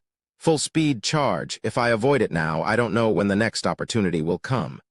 He's a cunning adversary. Once he exposes a weakness, he'll do whatever it takes to conceal it next time.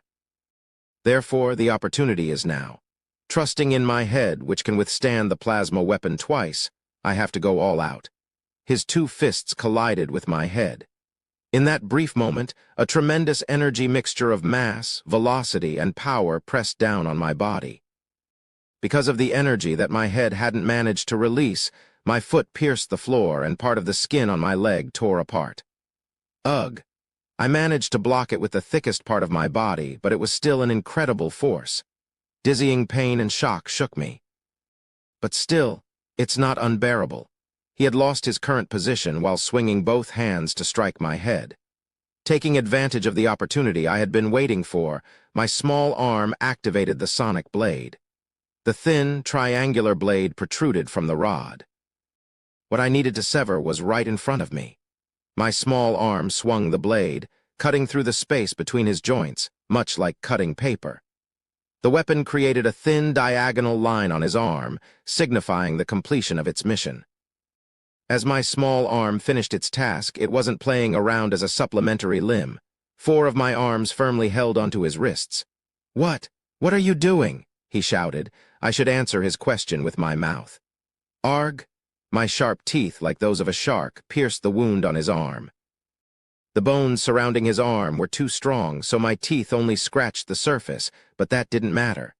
The saliva from my mouth seeped into the shallow wound. "Jaya!"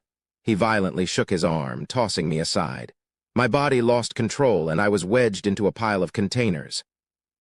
"How dare you bite me? You what?" His voice trailed off, and he sounded somewhat drunk. His gaze shifted to the wound on his arm and then quickly to my face. He seemed startled by the drool running down the corner of my mouth. How much?" He tried to use his other arm to forcefully tear at another injured area. Perhaps he was trying to cut off his arm, but the bone armor covering his body was too sturdy. The protective wall that had shielded him was now his prison. The guy who failed to destroy the armor screamed in agony. Help me?"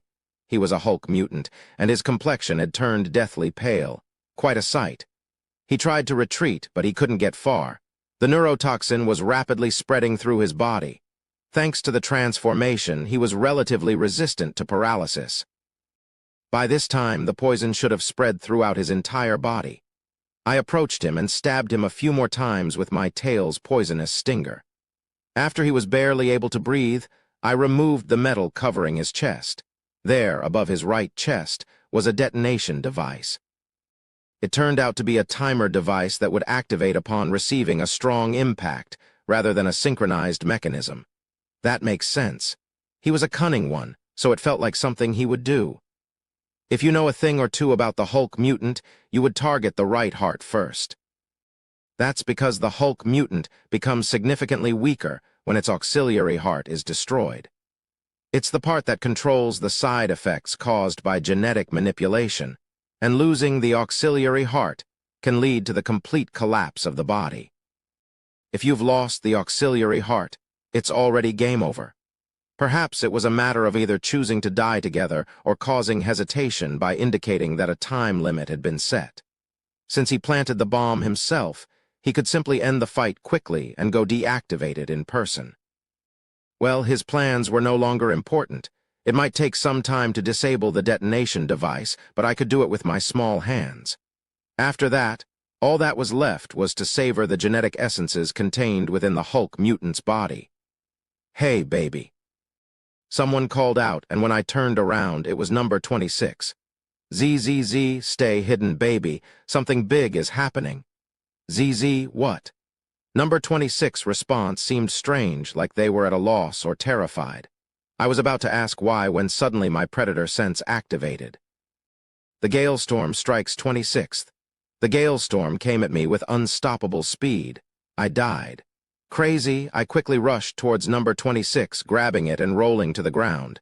At the same time, a lightning-like beam cut through the spot where number 26 had been. Huh, you dodged it. If it weren't for the predator sense, both number 26 and I would have died. I raised my head, and I saw a person standing at the entrance to the cargo container. With a slender figure and long black hair, it was clear that the person was a woman. That's a woman. My auxiliary systems and Amoff's unique senses were blaring alarms like crazy. Do not confront that monster. See Ainz Audioverse, the mysterious presence who had come aboard the ship with the pirates. The adversary I had been thinking about facing last had come looking for me. Future vision, huh? Which gene is it? I'd like to hear it. She casually chatted as she entered the cargo container. Despite her seemingly casual tone, she was prepared to strike at any moment. In her hand, or rather the back of her hand, a white blade protruded. It had a similar appearance to the boss's bone armor, but I knew exactly which gene had given rise to that blade. She mixed the genes of a white Galagan with those of other high-level organisms. Obtaining such a gene was so difficult that I had contemplated whether it was worth acquiring as a genetic essence. Besides that, even the visible genetic traits alone were numerous, and all of them were rare and valuable features. In the game, players who modified themselves to this extent were only a step away from becoming rankers. I can't beat her in my current state. I need to retreat immediately, regroup, and prepare a strategy. However, she didn't give me the time to do so. You, Gar. Good job until now. Cuck. She approached the incapacitated boss and pierced the detonation device with her blade. The boss, who was also stabbed through the heart, spat out a large amount of blood before collapsing. Darn it. We can't just let you run away, can we? The bomb timer had already started. I didn't know how much time was left, but it couldn't be much. My intention to withdraw and prepare for an attack was thwarted. What should I do? However, engaging in combat without any information about the enemy would be suicidal. Fighting without knowing the opponent's combat sense and strategy would only result in defeat. I cautiously observed the enemy, and she smiled broadly. I have a proposal. A proposal? With a relaxed attitude, Ainz smirked. It was an attitude I didn't particularly like, but my current situation was one of absolute disadvantage. For now, I needed to focus on how to strategize against her, rather than getting annoyed. What are those eyes? Are they outspacers observers? No, it's more likely to be a terror devil's possibility. You seem somewhat similar to me, so I'll spare you. What? If you serve me in simple terms, you'll become my pet. It sounded like an absurdity, but her expression was different from before. Even by observing her body's reactions through my auxiliary systems, I didn't get the sense that she was lying. There's no need for her to lie. Just as I felt her strength, she knew that I was weaker than herself. That's why she was coming out with such a relaxed attitude. You also manipulate genes, don't you? I could be a suitable master for you. So, come with me. Overwhelmingly strong, Ainz Audioverse was telling me to serve her, to become her slave. Baby, honestly, following Ainz's words would be a rational choice. The blade on her wrist was Galgon's claw, with destructive power surpassing plasma weapons, and even my reinforced exterior couldn't withstand it. Besides that, there are various weapons on her body that could easily kill me. I approached her, using all 6 arms and legs like a well-trained pet before its owner. That's right. It's the right decision. Don't be scared, I'm here. However, Ainz was overlooking one thing about me. Why I like to morph, and why I was immersed in this cheesy, useless character, earning me the nickname a morph lover in the community. She didn't know. The reason I liked a morph was simple: freedom of choice. I loved a morph because it was a being that could become infinitely stronger through my choices. Therefore, my choice was already predetermined. ZZZ, it's okay. Baby. When Si Hyun's face came close enough that I could clearly see her satisfied expression, I narrowed the distance further.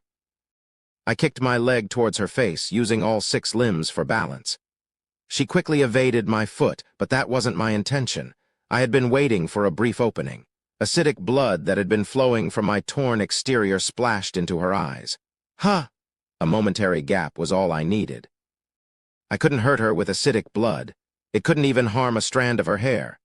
ZZ, hold tight. Yes. While she was momentarily disoriented, I jumped with 26 support, using all 6 limbs to run away. I heard the sound of the cargo hold breaking apart from behind. All right, let's have some fun. Ha ha ha. With her eyes closed, Si Hyun laughed like a maniac. She pulled out Galligan's claws from both hands and slashed the containers as if they were tofu. Let's have some fun. Si Hyun Yujin was much stronger than me. Indeed, she was my first true enemy since I became a morph, but I would show her that the outcome of a battle wasn't solely determined by strength. Chapter 27. Fucking bastards. The wreckage of the cargo container lay in ruins, and within it was Elchin. His auxiliary heart had been destroyed by the attack from Garlic, but he still had one more heart, which kept him from dying. The problem was that his current state was barely hanging on, to say the least. The auxiliary heart played a role in stabilizing mutated Hulks injected with various genes. A Hulk mutant without an auxiliary heart would die shortly. He was an improved being, so that saved him. Otherwise, his body would have been collapsing. How dare you betray me? You damn bitch, I'll make you beg for death. In reality, what made him angrier than the threat of death was the presence of the traitor. He wanted to capture and tear apart the traitor's limbs right away, but there was something else to do first. Damn it. Of all times for the device to malfunction. Even a clever person like Garlic knew that it was a shock trigger detonator, yet she didn't hesitate to break it. As a result, the timer attached to the nuclear reactor had already started. In exactly 10 minutes, everyone on this ship would turn to dust. Do you think I'll die here? Don't make me laugh. Do you know who I am? I'm Elchin Divara. Even in his paralyzed state, he struggled with all his might. It was his unwavering determination to survive by any means necessary. Asterisk, asterisk, asterisk, baby, are you all right? 26 asked as we ran. I could feel the little guy trembling in his small hand. ZZZZ. I'm already healed. Really, I had the regeneration trait, so I could quickly restore my damaged exterior, which had been torn slightly. There were still injuries on my legs, but the bleeding had stopped. While gently stroking number 26 with my small hand, I contemplated how to attack Si Hyun. A surprise attack will probably be difficult. Her eyes, the terror's eyes, had the ability to see through things. Even if I tried to hide, she would probably see through it quickly. Moreover, from what I could tell, Si Hyun seemed to have an ability beyond just seeing through things. I can feel her presence. Si Hyun had pushed me into a corner where I had to follow her. In that case, I had no choice but to go along with it for now. Let's start by eliminating the negatives. There were 3 disadvantages working against me. The time limit, weaker attack and defense compared to the enemy, and lack of information. I can't do much about the time limit right now. I have to focus on killing her. Information scarcity can only be solved by confronting her directly. If I had been a player who favored other races, I might have been defeated by her, but I was an amorph player. The only people who knew more about the genetic traits than I did were the developers. So, what's left is my attack and defense. I considered going back to the control room to devour the cyborg, but that had its own problems. When I evolved to the next stage, my body would be completely immobilized for a minimum of several hours. If the bomb went off, or I was discovered during that time, it would be over. I'll have to put my evolution on hold. Oh, thinking about evolution reminded me of something. The psionium. If I consumed psionium, I could use the abilities of Presaint for a short period of time. Si Hyun possessed Galligan's Claw, which allowed her to release a plasma-like energy called Windstorm, commonly known as Sword Kai in the game. I had no resistance to psychic powers right now, so I couldn't counter Galligan's Claw. However, what if I become a Presaint here? If I become an Ascendant, I gain the psychic power resistance trait as an evolution bonus. If she's really Galagan, I'm not sure, but if she only transplanted Galagan's claw, I should be able to withstand it with my exterior. Plus, I'll gain a long-range attack method. While I have the serrated tentacles, they could only be used for mid-range deterrence at best. Facing off against Ainz Galagan claw with my tentacles would be inadequate. Moreover, our senses were linked, so if I extended my tentacles recklessly, she could easily counterattack. Presaint's long-range attacks don't have such a drawback. If we were to nitpick, perhaps it consumed more energy. Anyway, I had to fight before the psionium's effect wore off. There was no need to pay attention to energy. I arrived at the lab nest and set 26 down. Z. Just wait a moment. Where are you going? Z. I'll keep an eye on it, don't worry. Little one, it's not okay. Zoom, don't worry about it. Despite my words, the little one didn't move. It seemed like it had something to say, but couldn't bring himself to say it. Normally, I would have waited until it was ready to speak, but I didn't have time for that now. I left it behind and approached the lab refrigerator. Inside was a violet liquid. I pulled it out and swallowed it in one gulp. Ugh! The searing pain coursing through my body felt as though I was being consumed by flames. Even during the times when they had forcibly administered medication to number 26, the pain seemed far more intense than anything I had experienced before. In the game, consuming psionium only resulted in a buff effect appearing at the top of the screen, but here, it was reality. I had to endure the process of my body being forcibly mutated by the drug. Pain surged from my joints as if someone was forcibly pulling and stretching my bones, and my muscles felt like they were being inflated like balloons, tearing apart. The exterior covering my body also became significantly heavier. In the face of excruciating pain, I kneeled down instinctively. I almost screamed, but I bit down on my lips to hold it in. I can't pass out from this. How much time had passed? The pain that made me feel like I was undergoing several years' worth of growth pains slowly subsided. I successfully completed the transformation. I got up. Success. Some of the changes in my abilities were visible. The reinforced exoskeleton I gained from the Metamorph's bonus had upgraded to a monster skeleton. My height had increased significantly due to the overlap with the chitinous exoskeleton trait. I was now slightly over 2 meters tall. The tail had grown longer, nearly reaching 4 meters. And I have horns now, on my head, where the exoskeleton-covered, magnificent horns resembling those of a yak had grown. Like the exoskeleton, the horns were made of chitinous material and had been reinforced, making them incredibly tough and sharp. Previously, the exoskeleton on my head had served only to protect my body, but now that I had horns, I could actively use them to charge or stab enemies.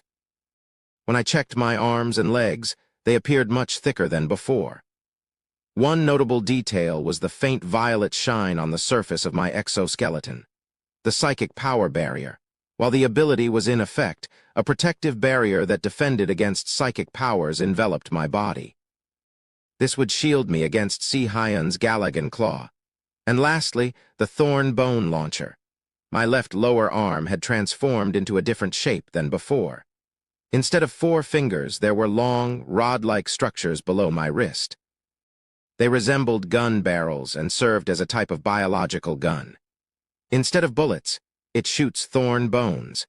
It's a system where thorn bones generated within the body are fired through small holes at the end of the barrel. It may not seem like much at first glance, but the thorn bone launcher has some significant advantages. The piercing power of the thorn bones is comparable to a plasma pistol. While the damage itself is not high, the piercing capability is immense, making it ideal for fighting heavily armored opponents. If I had faced the boss as an ascendant, she would have turned into a beehive as soon as the fight started. Plus, I can apply special effects to the thorn bones. Just like the contamination organ, I can shoot acidic bones or poison bones. In other words, it's like having a gun that allows me to choose the ammunition I want. Although the number of contamination organs that spit out spores has decreased, unless I specialize in nests, this might actually be an advantage. With that, the inspection of my new abilities was complete. The last thing I needed to check was the time limit.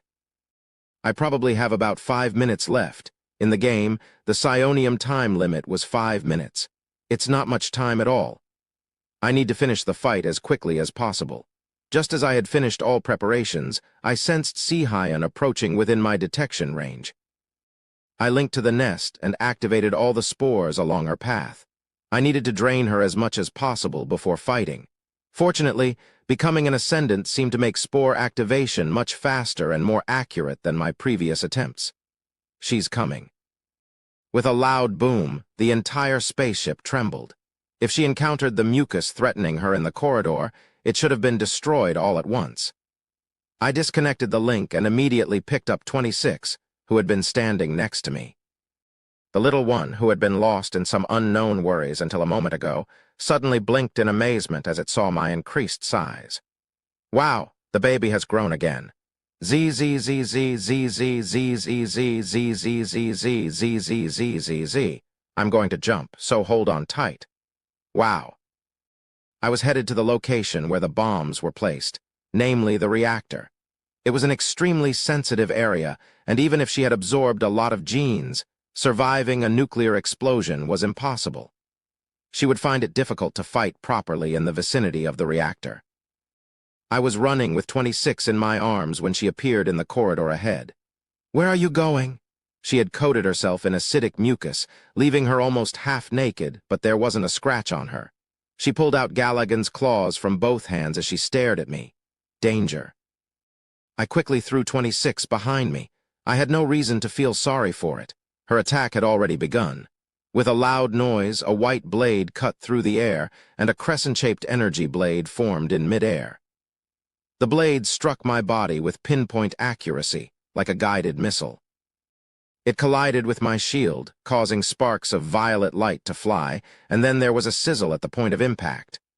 Ugh, there was some pain because the shield didn't completely block it, but it wasn't too deep, and I could heal it with my regeneration ability. Oh. Sea-Hyan tilted her head in surprise.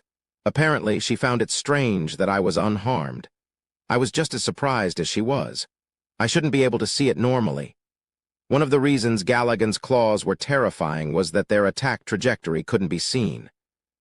You had to predict where the attack was coming from just by looking at what the enemy was swinging, making it quite challenging. I had never imagined that there might be a function like a psionium organ, because I had never encountered an enemy with such an ability in the game. I had gained unexpected information, but now was a fighting situation. I will think about this later. I charged at her. My enhanced legs slammed into the corridor.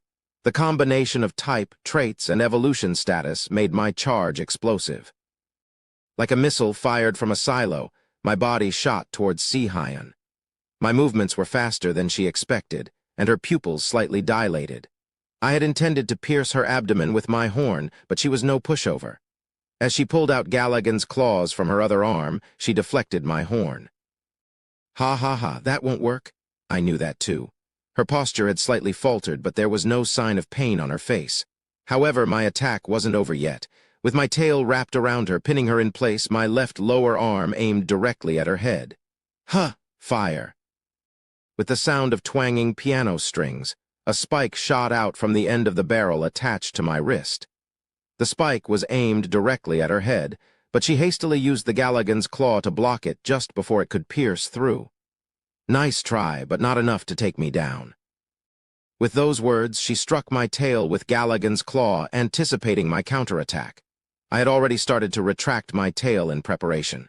At that moment, her black hair glowed red. Red hair? Wait a minute, could it be? I quickly distanced myself from her, but I was slightly too late.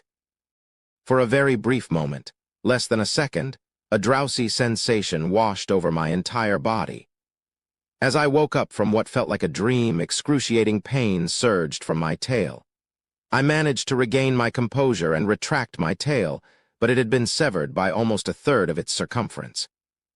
Wait a minute, that's the ability of the red mist. The red mist was the apex predator that inhabited the jungle-type planets. It resembled a jaguar with red fur and could emit pheromones from its fur that induced hallucinations. On the surface, it might not seem like much, but once you were affected by those pheromones, there was no escaping, making it an extremely threatening ability. The only solution was to keep a distance to minimize the hallucination effect. The white Galagan was as rare as it gets, so I had no idea where she had obtained such genetic essence. "You're keeping your distance. You know about the red mist. You've piqued my interest." She smiled as if she liked what she saw. She's not an easy opponent, as expected. With the red mist's hallucination ability in play, I had to find a way to finish the fight before the psionium effect wore off. When I turn into Metamorph, my long-range attack abilities will disappear. At times like this, I need to stay calm. Panicking wouldn't change anything. The only way for me to win was to patiently look for an opportunity. After confirming that my tail had somewhat healed, I charged at her again. "Kaya haha, that's the way to come at me," she laughed as she kicked my arm. As my arm passed through the air, Galagan's claw dug into my chest. Her attack, which was aimed at flipping me over, was thwarted as I twisted my waist. My lower arm hadn't been idle during this time. From the holes between the 4 fingers, mucus projectiles were launched towards her eyes. Ugh! No matter how strong she was, it seemed that she couldn't avoid the physiological disgust as she quickly closed her eyes. I didn't let this opportunity slip away. I had been aiming for her shoulder with my sharp horn, but unfortunately, it was a shallow hit. She quickly moved her shoulder, avoiding a deep wound. "Do you want to keep playing around?" Her hair began to glow red again, and I quickly backed away. While retreating, I launched thorn bones at her as a restraining measure. Tusk! She stopped her transformation, and once again, Galagan's claws were drawn to deflect the thorn bones. Did she just... She retaliated by firing a crescent-shaped energy blade at me. I managed to avoid it by pressing my body against the floor and immediately focused on her. I wonder, there was no visible change. She appeared unfazed, but I could sense an unnaturalness in her expression. I guess she can't use 2 abilities at once. I had finally found a clue on how to exploit her weaknesses. Chapter 28. She opened her eyes to a world that was cold and oppressive. The pressure weighed down on her fragile flesh, and the temperature felt like knives piercing her body. It was a place known to some sentient beings as the Deep Sea, and it was her homeland. Despite the harsh environment, she didn't think her home was all that bad. After all, there were beings there who watched over and protected her. The pink spherical beings like her were the most fragile creatures in the dark and murky world. Because of this, they had chosen a different way of survival compared to the other creatures in the dark, blue world. They formed groups and cared for their young, who were weak and vulnerable. They naturally had social structures that could be classified as families by sentient beings. Of course, with the presence of dangerous creatures that considered her kind as prey lurking in the depths, they always lived under the constant threat to their lives. But she was different. As she grew, she realized that she was not like the other pink spheres. She was special.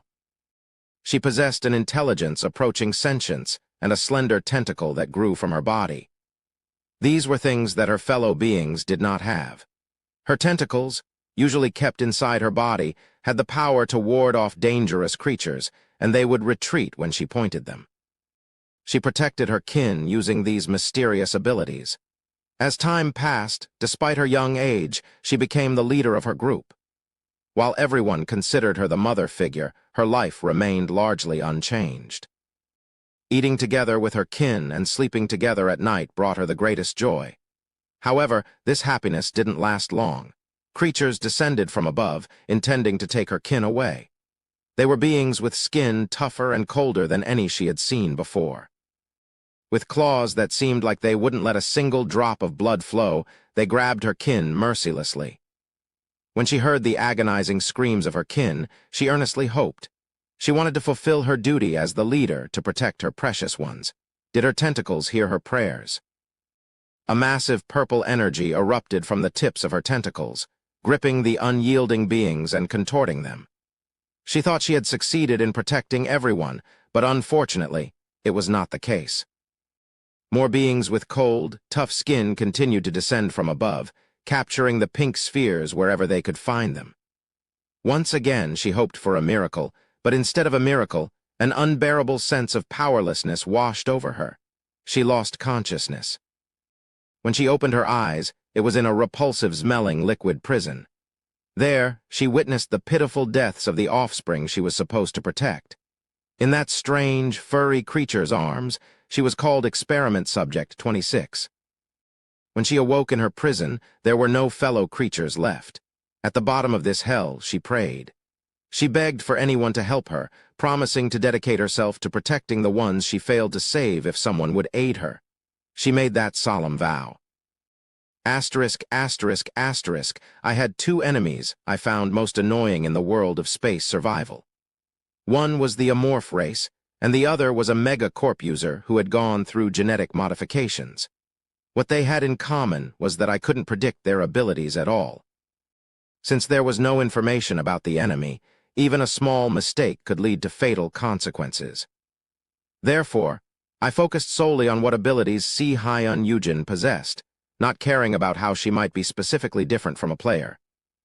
In the game, there are no restrictions on using genetic technology. I naturally assumed she would use it as well since she had player-level specs. That was a mistake. In retrospect, Si-Hyun had been fighting with only one ability at a time from the beginning. I had thought it was a bluff, but it wasn't. There was a fundamental limitation on her use of genetic abilities that set her apart from players. You're really getting on my nerves, to the point where I want to kill you. Si-Hyun's tone was colder than before. Perhaps she was trying to be threatening, but it sounded slightly different to me. She was doing it on purpose to avoid revealing her inexperience. I need to find out how long the delay is when she changes traits. Even if she changes her traits quickly, there must be a gap between changing them. That's when she becomes a vulnerable civilian. I needed to change my strategy. I'll go all out. My psionium effect was running out, and at most, I had about 2 minutes left. To win within that time frame, I needed to avoid any serious injuries and trust in my regeneration trait. Like the powerful hind legs of a rhinoceros, my strong legs pounded the ground as I sprinted down the corridor. While running, I kept a close eye on her changing hair. I'm really getting tired of this. The tips of her hair turned red. I targeted her while running with my left arm. If I were human, aiming a shot while running would have been challenging, but Amorph's enhanced senses made it possible. A bone spike reinforced with chitin shot from the end of my arm, slicing through the air towards her abdomen. PR/N, changing thorned bone to bone spike. She gritted her teeth and canceled her illusion trait. Almost simultaneously with her hair returning to black, a white blade sprouted from the back of her hand, cutting through the flesh. As I suspected, there's an opening. In less than a fraction of a second, thanks to my auxiliary systems, I confirmed that there was an opening in her defense. She had used Galligan's claws to defend against my bone spike, but I had already reached her. Nice try. Though she expressed annoyance, I sensed an underlying unease in her eyes. As gracefully as a fencer extending a blade, I deftly thrust my tail toward her. However, contrary to my expectations, her response was still formidable. She calmly redirected my tail with her claws, not stopping there. She continued her counterattack, slicing off the poisonous barb at the tip of my tail. Ugh! I had anticipated this to some extent, but experiencing it firsthand was excruciating. It was almost like losing a limb, so the pain was expected, but I couldn't afford to hesitate here. I shook my severed tail vigorously as if I were shaking off dust. The acidic blood and neurotoxin mixed with the injury on my tail spraying in all directions. Damn! With her tongue out, Si-Hyun switched her trait. Galligan's claw retracted and parts of her body turned silver. The alloy skin, tougher than the alloy of the ship's hull, protected her from the acidic blood and neurotoxin. I expected her to have a defensive ability, but tungsten alloy skin. The tungsten alloy skin was a genetic trait of the advanced subspecies of metallic gremlins, the Wolfram goblins. Acquiring this ability granted exceptional defense, equivalent to the top-tier reinforced armor, but it came at the cost of extreme weight gain. As I had predicted, her movements slowed down with the transformation. I used my nails to scratch at the parts that hadn't turned silver yet. Ouch! For the first time, I inflicted a wound on her. Si-Hyun, who resembled a monstrous creature, had human-like red blood. A disobedient brat needs some discipline. She crumpled her face in annoyance and used her heavy foot to kick at my chest plate. Since we had to fight in close quarters, I didn't dodge. The impact felt like being hit by a siege hammer, spreading a heavy shock throughout my body. If I were human, I might have coughed up blood and bits of organs. Despite the fact that my chest plate was one of the sturdiest parts of my body, the pain was far from insignificant. Will this be enough to defeat her? I thought inwardly as I grabbed her leg embedded in my chest. I poured all my strength into my forearms and lifted her. What? She's incredibly heavy, I muttered unconsciously. It was a weight that could make anyone swear. My intention was clear with her leg in my grasp. I swung it like a baseball bat.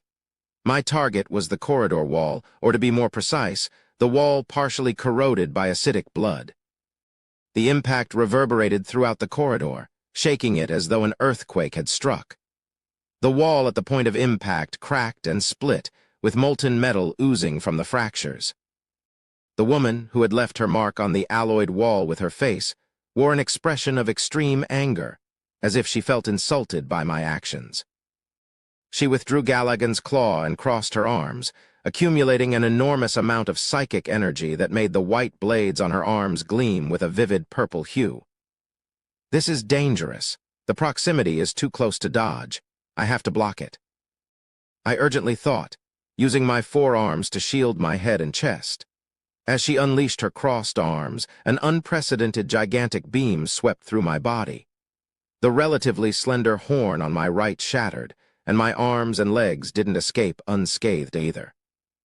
More than half of my right upper arm was severed, and my thigh was severely injured, with bones visible through the torn flesh. Just a bit more.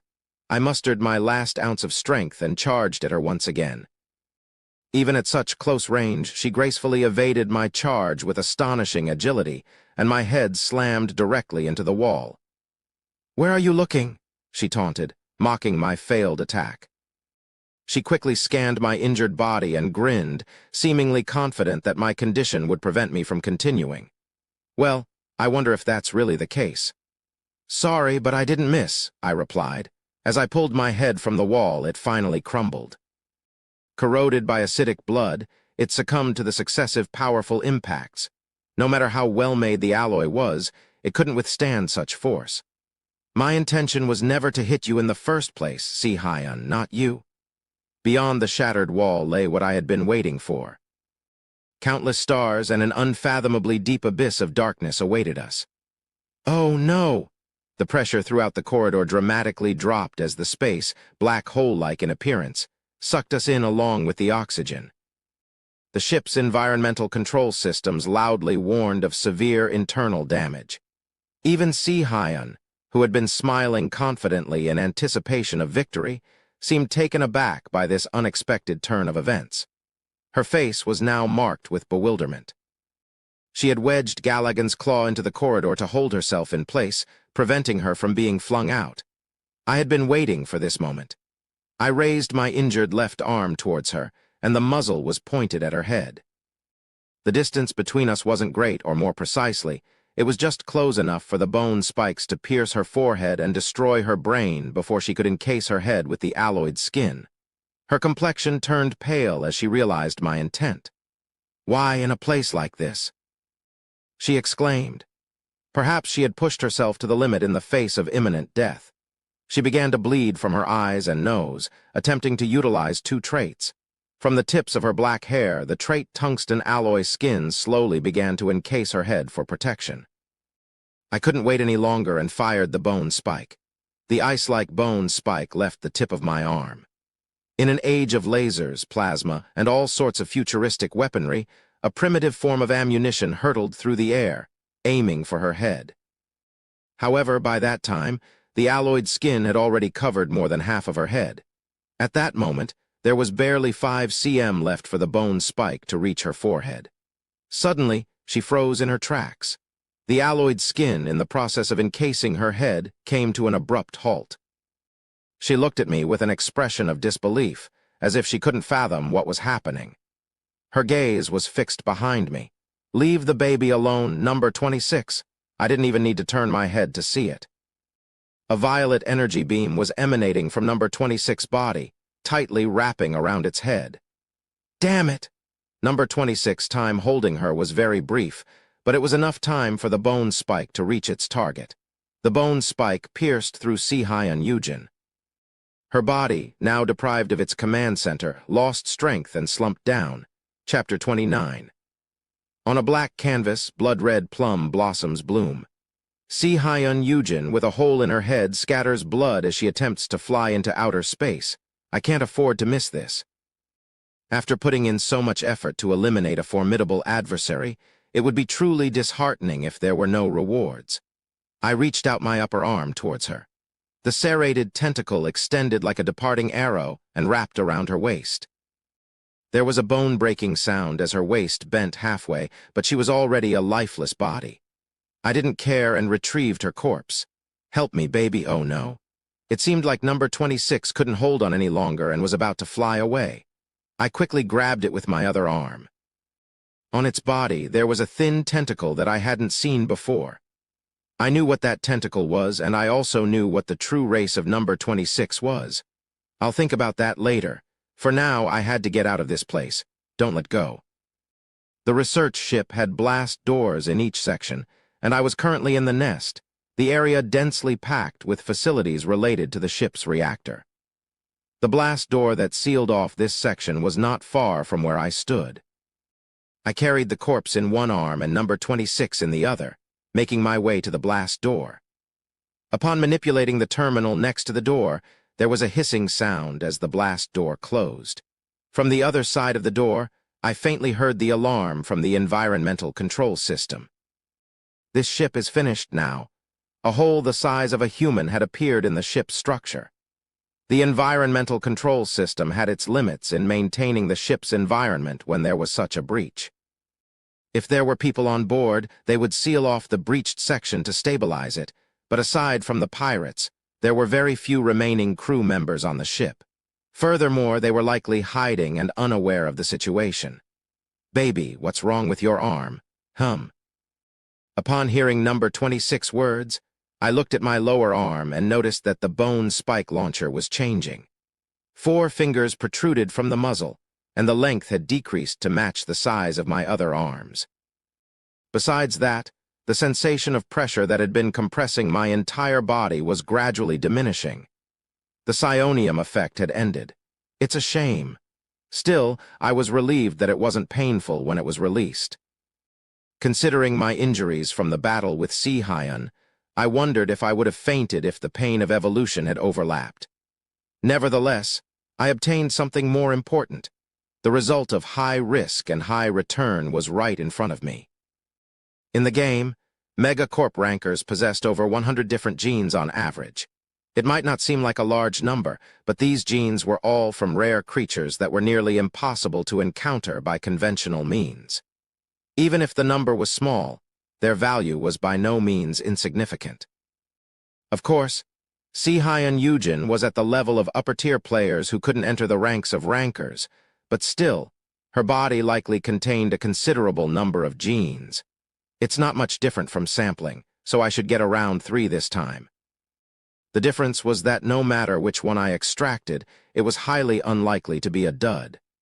Frankly, even getting just one would be great. I hope I can extract Galagan's claw. Then I'll enjoy this. I needed to eat quickly and then go clean up the cyborgs in the command center. Just as I was about to think that way and bring it to my mouth, I was eating a corpse. When only the lower half remained, a massive energy explosion swept me away. I died. A bomb. Abruptly activated Predator's sense made me recall the forgotten fact. Although I had been focused on fighting Ainz, the timer on the bomb installed by the boss at the reactor was still ticking. How much time is left? In the future that Predator's sense showed me, the bomb had detonated while Ainz's corpse was reduced to only her lower body. It took about 10 to 15 minutes at most for me to completely devour an adult male corpse. Since Si Hyun was a woman and smaller than a man, she would be consumed even faster. So there should be approximately 5 minutes left. I had two options: rush to the reactor to defuse the bomb or quickly leave this ship. I pondered over the two choices. I don't have enough time to defuse the bomb. While playing a morph, I had disarmed bombs several times, but if it was a bomb with an unfamiliar design, it would take time to disarm. I had finally caught Si Hyun, and I had no intention of risking my life for another adventure. I didn't have any more time to waste. Even now, the clock embedded in the bomb was ticking relentlessly towards destruction. I made my decision. Let's abandon the ship. As much as I regretted leaving behind the cyborgs in the command center and the genes of the boss that I hadn't eaten, I wasn't willing to risk my life. After all, Si Hyun Yujin's genes right here were overwhelmingly superior, and there would be plenty of opportunities to eat the cyborgs later. The escape pod was docked on the runway. The runway was located directly opposite the reactor, and it would take about 5 minutes to reach it through the complex corridors. It was late to activate the escape pod from the runway, but I knew a way to get there quickly. I'll have to use this.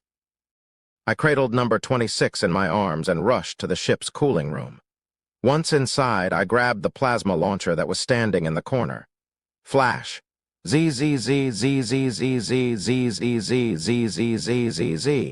Yes, it did flash. Number 26 adjusted the color of its body to match the energy projectile's color from the plasma launcher, turning it green. Although it didn't quite grasp the concept of a plasma launcher, it seemed to remember that people would explode whenever the green light flashed. The plasma launcher looked somewhat similar to the ultimate weapon from classic FPS games. It was over a meter long and weighed more than 50 kg. It had a stand, but I didn't need it, so I had removed it for easier use. Of course, I don't have any intention of shooting it at a person right now. I walked out into the corridor with the launcher, aiming it at the closest section of the outer wall. Charging 10, 20, 50, 80, 100%. As I manipulated the terminal on the launcher, it began to charge energy. Number 26, who had been watching, climbed onto my shoulder.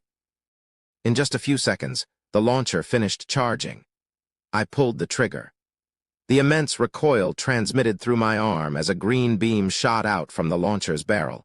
An energy beam capable of destroying everything pierced through the corridor walls and even the outer hull of the ship. Like a vacuum cleaner sucking in air, the massive hole that appeared on the ship sucked us out along with the air. I let my body go with the flow, and we escaped the spaceship along with the air.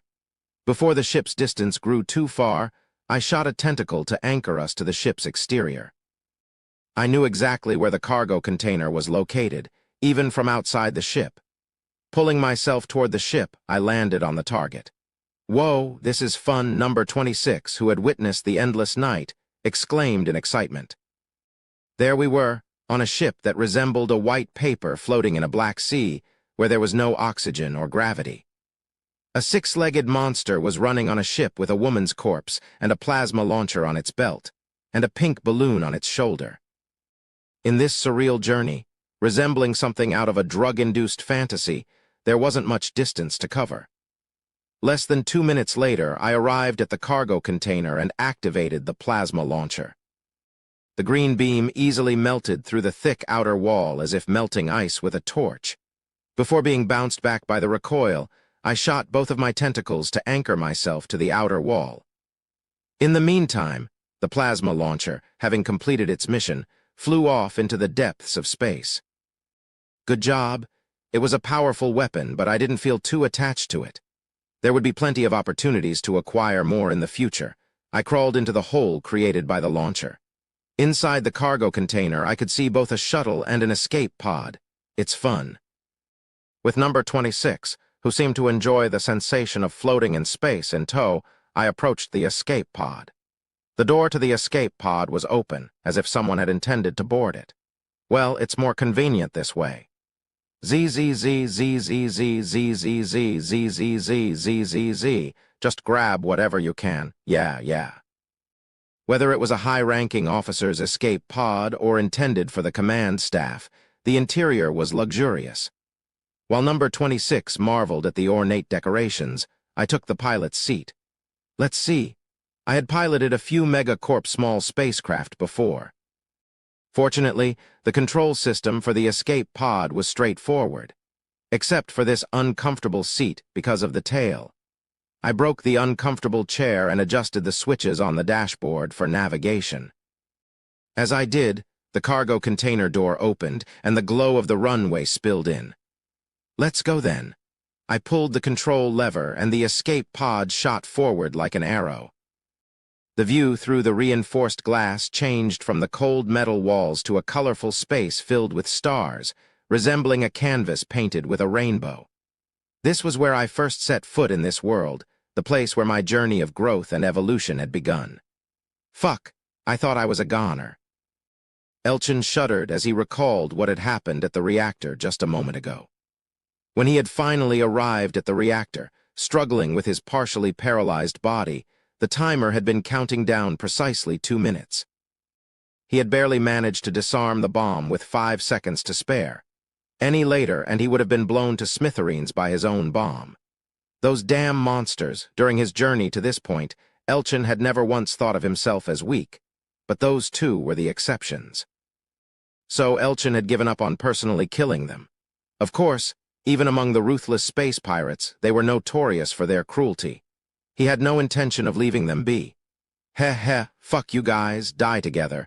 He had set the bomb to auto-detonate and reset the timer to 10 minutes. By the time he had escaped in the escape pod, those monsters would have turned the ship into a ghost in the vastness of space. That's what he had thought just 5 minutes ago. He was almost in the cargo container now. Damn it. My legs are starting to regain feeling, but my eyes as an enhanced Hulk mutant. Elchin had already detoxified himself, but his damaged heart remained a problem. The destruction of his auxiliary heart had affected his senses, causing significant damage to his vision, hearing, and other senses.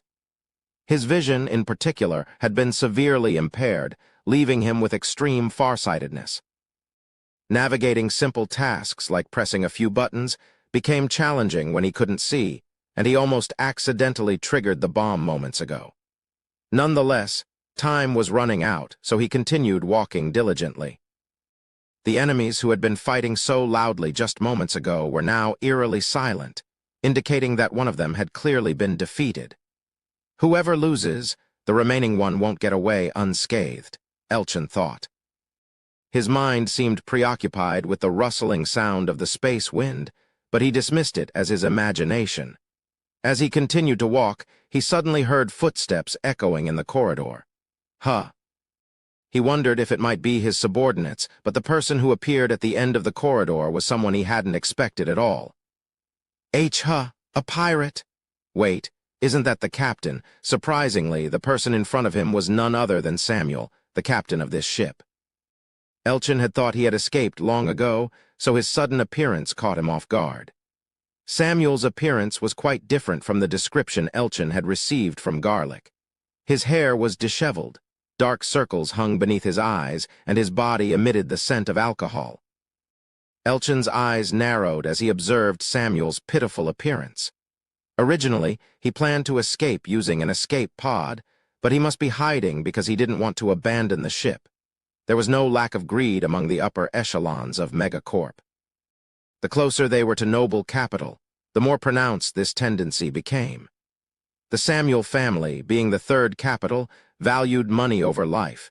He must have come out to check when the ship became quiet. Samuel had no idea that Elchin was reading his thoughts like an open book. Confronted by Elchin's imposing presence, Samuel was trembling and reached into his pocket, pulling out a small object. Elchin scoffed when he saw that it was a gun. You're going to shoot me with that? Stay away, this is a plasma pistol? What? Plasma or not, you should take the safety off first, right? Safety? Samuel, flustered, tried to turn the barrel to check the safety pin. Elchin took advantage of the opportunity and lunged at him. Samuel, colliding with his body, lost his grip on the pistol. You made me feel scared for no reason, you idiot. Plasma pistols don't have safeties. Elchin picked up the gun that had fallen to the ground. The impact had made the gold markings on it even more distinct, but Elchin didn't notice due to his primitive condition. "If I had more time, I'd skin you alive, but I don't have time now." Elchin taunted Samuel while picking up the pistol. Samuel's face filled with despair. "Hick, spare me. If you ask me to be your servant, I'll be your servant." "No need, then goodbye." Elchin pulled the trigger, and the plasma pistol emitted a green glow. If Elchin hadn't had his heart destroyed, he would have realized something was wrong with the pistol. If he hadn't tried to kill Samuel and just walked to the cargo container, he would have been safe. Arrogance and cruelty led him to make 2 consecutive wrong choices due to his fatal flaw. The plasma pistol was an extremely lightweight version of the powerful plasma weapon, and as such, it was not very durable. It had already been knocked to the ground once by the monster and cracked, and when it took an additional hit there, the pistol was already past its limits. As a result, the barrel shattered before the plasma energy charged into it could even pass through the muzzle. The energy had nowhere to go and exploded on the spot. Elchin's entire upper body was blown off and he fell to the ground in a heap. As Samuel stared at the lifeless body of the pirate, his face contorted with a mixture of emotions. Then he began to laugh, seemingly losing his sanity. Ha, ha, ha, ha, ha. He thought to himself that his judgment had been correct all along. Samuel had never abandoned the ship. He had contemplated leaving through an escape pod when he found himself alone, but upon boarding it, he was filled with regret. This research vessel was far from cheap. While it was cheaper than his life, Samuel thought that maybe he could wait a little longer and things would turn out all right. Maybe the soldiers will succeed in killing the monster. Or maybe another passing ship will come to their aid, he thought. However, a miracle had occurred. The screams and vibrations from inside the ship had stopped. Uncertain whether he should leave or stay, he finally ventured outside. And thus, Samuel survived. Through both the assault of the monster and the attack of the pirates, he had managed to stay alive. He, the eldest son of the Samuel lineage, felt his chest swell with emotion. "I am invincible." With these words, a bright light emanated from the nuclear reactor. Oops.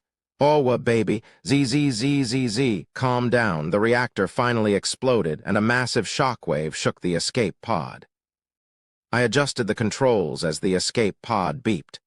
As if to confirm that my work had paid off, the beeping subsided and the ship stabilized. "Zzz. Are you okay?" I turned around and saw that number 26 had hit the wall and was knocked out. It wasn't life-threatening, so I put it on a bed inside the escape pod. What the hell? Has someone been drinking here? I cleared away a rolling liquor bottle from the floor and began to tidy up the escape pod. I needed to clean up the surroundings if I wanted to have a proper meal, which I had postponed until now. The lifeless body of Si-Hyun Yujin was tucked away in a corner. Finally, it was time to have a meal. I set the escape pod to autopilot and retrieved her corpse. Then I started by tearing off her tantalizing legs and took a big bite. Until now, I've eaten more than a few hundred creatures, so I roughly know what kind of creatures taste good. Among the creatures I've eaten so far, the most delicious was Keisaragi Yujin. She had a refined and well-calculated taste, like a high-end course meal. Perhaps she had her genes modified to taste that way. So I thought that this Yujin here would be similar. But I was mistaken. Undoubtedly, the taste of Si-Hyun Yujin was excellent, to the extent that it didn't fall behind among the creatures I've eaten and would eat in the future. Maybe I should visit Earth sometime. Originally, I had no plans to go to the Megacorp capital anytime soon, but after eating Si-Hyun Yujin's meat, my determination wavered. I shook my head and took another bite. It was fascinating. Usually the first bite is the most delicious, but it was the opposite in her case. The more I ate, the more I chewed, the richer the flavor became. Here, it was just me and the unconscious number 26. Nobody would disturb my meal. I leisurely enjoyed her meat as if savoring a high-end French course meal. As the seemingly eternal happiness came to an end, a semi-transparent text box announced the end of the feast. Predation effect activated. Successfully obtained Galligan's Claw genetic essence.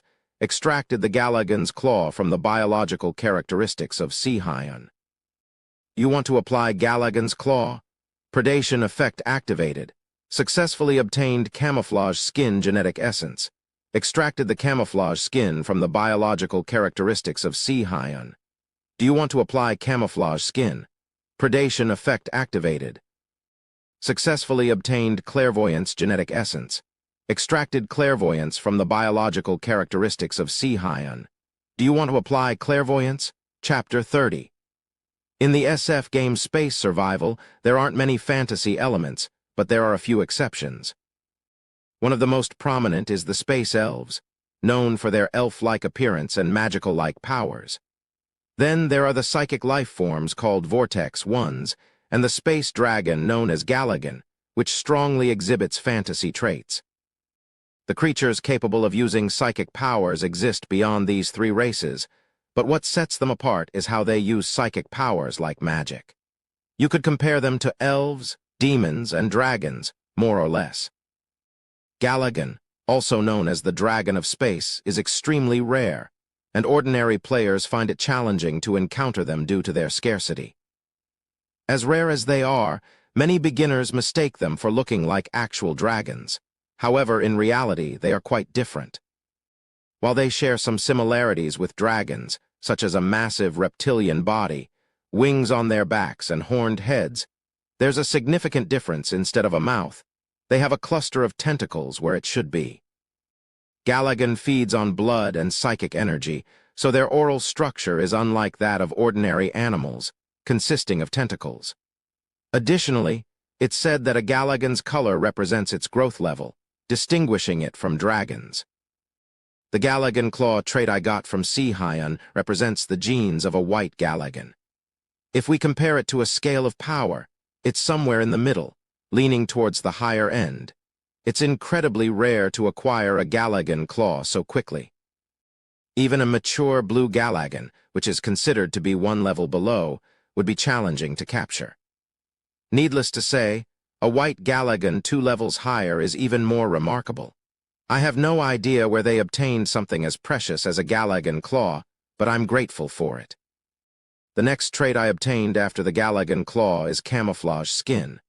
In fact, among the traits sea hyena gave me, this ability can be called a jackpot due to its incredible power.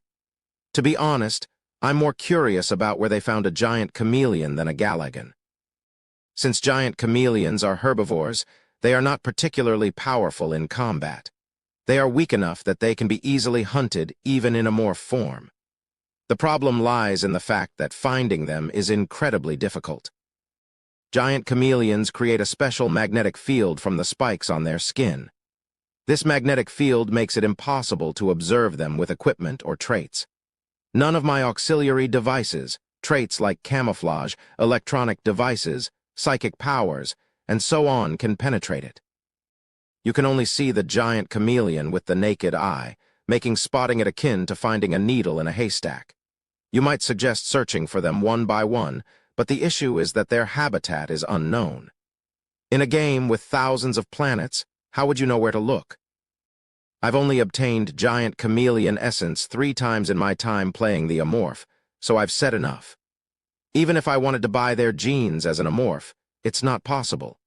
To acquire the essence, you must hunt them yourself using the predation effect. Of course, you can also achieve the predation effect by consuming a large amount of samples or even eating the already dead bodies. However, the acquisition rate is too low through these methods, making them inefficient. So the best method is to put in the hard work. Thanks to that hard work, I've gained valuable information. It might even turn out to be an advantage. Regarding camouflage skin, I have some information that even rankers don't know. You can actually combine mimicry and camouflage skin to create an entirely new trait when they merge. That fact was known to no one, so the one who possessed this merged trait in the game was none other than me. The name of the trait that combines mimicry and camouflage skin is mimicry organ. It's a trait that makes others perceive me as the appearance of the prey I've consumed. The operation of this trait is somewhat complex, but let me explain it briefly. First, The mimicry organ analyzes the genetic information of the prey it has consumed. Then, it emits a special pheromone created from the analyzed information throughout the entire skin to disrupt the senses of other organisms. As long as other creatures are within the area of my pheromone, they perceive me as the prey. Furthermore, the mimicry effect remains, allowing me to mimic the voice of the prey. The pheromone's area itself is quite generous, so the effect can be seen even when there is some distance. It can be said that this trait is optimized for infiltration, ambush, and guerrilla warfare, among other things. But it's not without its downsides. First of all, the mimicry organ does not change my physical appearance. Since it deceives other organisms with pheromones, I am fully exposed to devices like cameras that don't pick up pheromones, and my reflection remains unchanged in mirrors. The mimicry effect itself is not perfect either. While it replicates the appearance of the prey, it cannot depict complex emotional changes like joy or sorrow, aside from simple actions. As a result, the uncanny valley phenomenon is quite severe. Even someone who is completely clueless would feel discomfort and unease when in the same space. It also shares the downsides of mimicry, such as being unable to speak long and complicated lines during the mimicry effect, or being unable to describe the previous prey when a new one is consumed, and so on. Despite its clear pros and cons, it has many practical uses in temporarily confusing the perspective of others. Lastly, there's clairvoyance. The first two traits are excellent, but clairvoyance is a somewhat subtle trait. Although it's a good trait, in space survival, clairvoyance is called that, but it's subtly different from the concept we know in reality. It's closer to a kind of superspatial perception ability. Instead of seeing what's actually behind a wall, it's more like reconstructing what might be there based on the information of the surrounding environment and elements. However, the reconstruction effect is so similar to reality that it's called clairvoyance just for the sake of it. In a way, it can be seen as similar to abilities in the precognition category. Up to this point, you might feel that it's somewhat similar to something else. It's similar to a morph's supersense ability. Sigh. It would have been a good trait if it wasn't for a morph's superior sense ability. Because a morph's supersense is so close to clairvoyance, clairvoyance becomes a hindrance. But still, it counts as a psychic-type power. It's not immediately useful, but it's a valuable trait related to psychic powers. Moreover, it can be used for fusion later on, so it's better than not having it. The inspection of the traits is complete.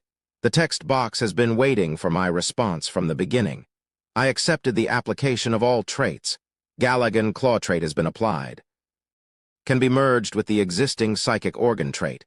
Galligan claw and psychic organ traits are merged. Evolved into monster's tentacle trait. Monster's tentacle. Inherits and enhances the existing psychic organ trait. Can use psychic power. Asterisk note. Be careful when using the power of the dragon. Camouflage skin trait has been applied. Can be merged with the existing mimicry trait. Camouflage skin and mimicry traits have merged. Evolved into mimicry organ trait. Mimicry organ can mimic the appearance of a hunted prey, limited to once a day. Asterisk note, the warmest place to hide in a human's body is inside. TL/N, this sentence may be a metaphorical reference. I was taken aback as the semi-transparent text box appeared out of nowhere. Monster's tentacle?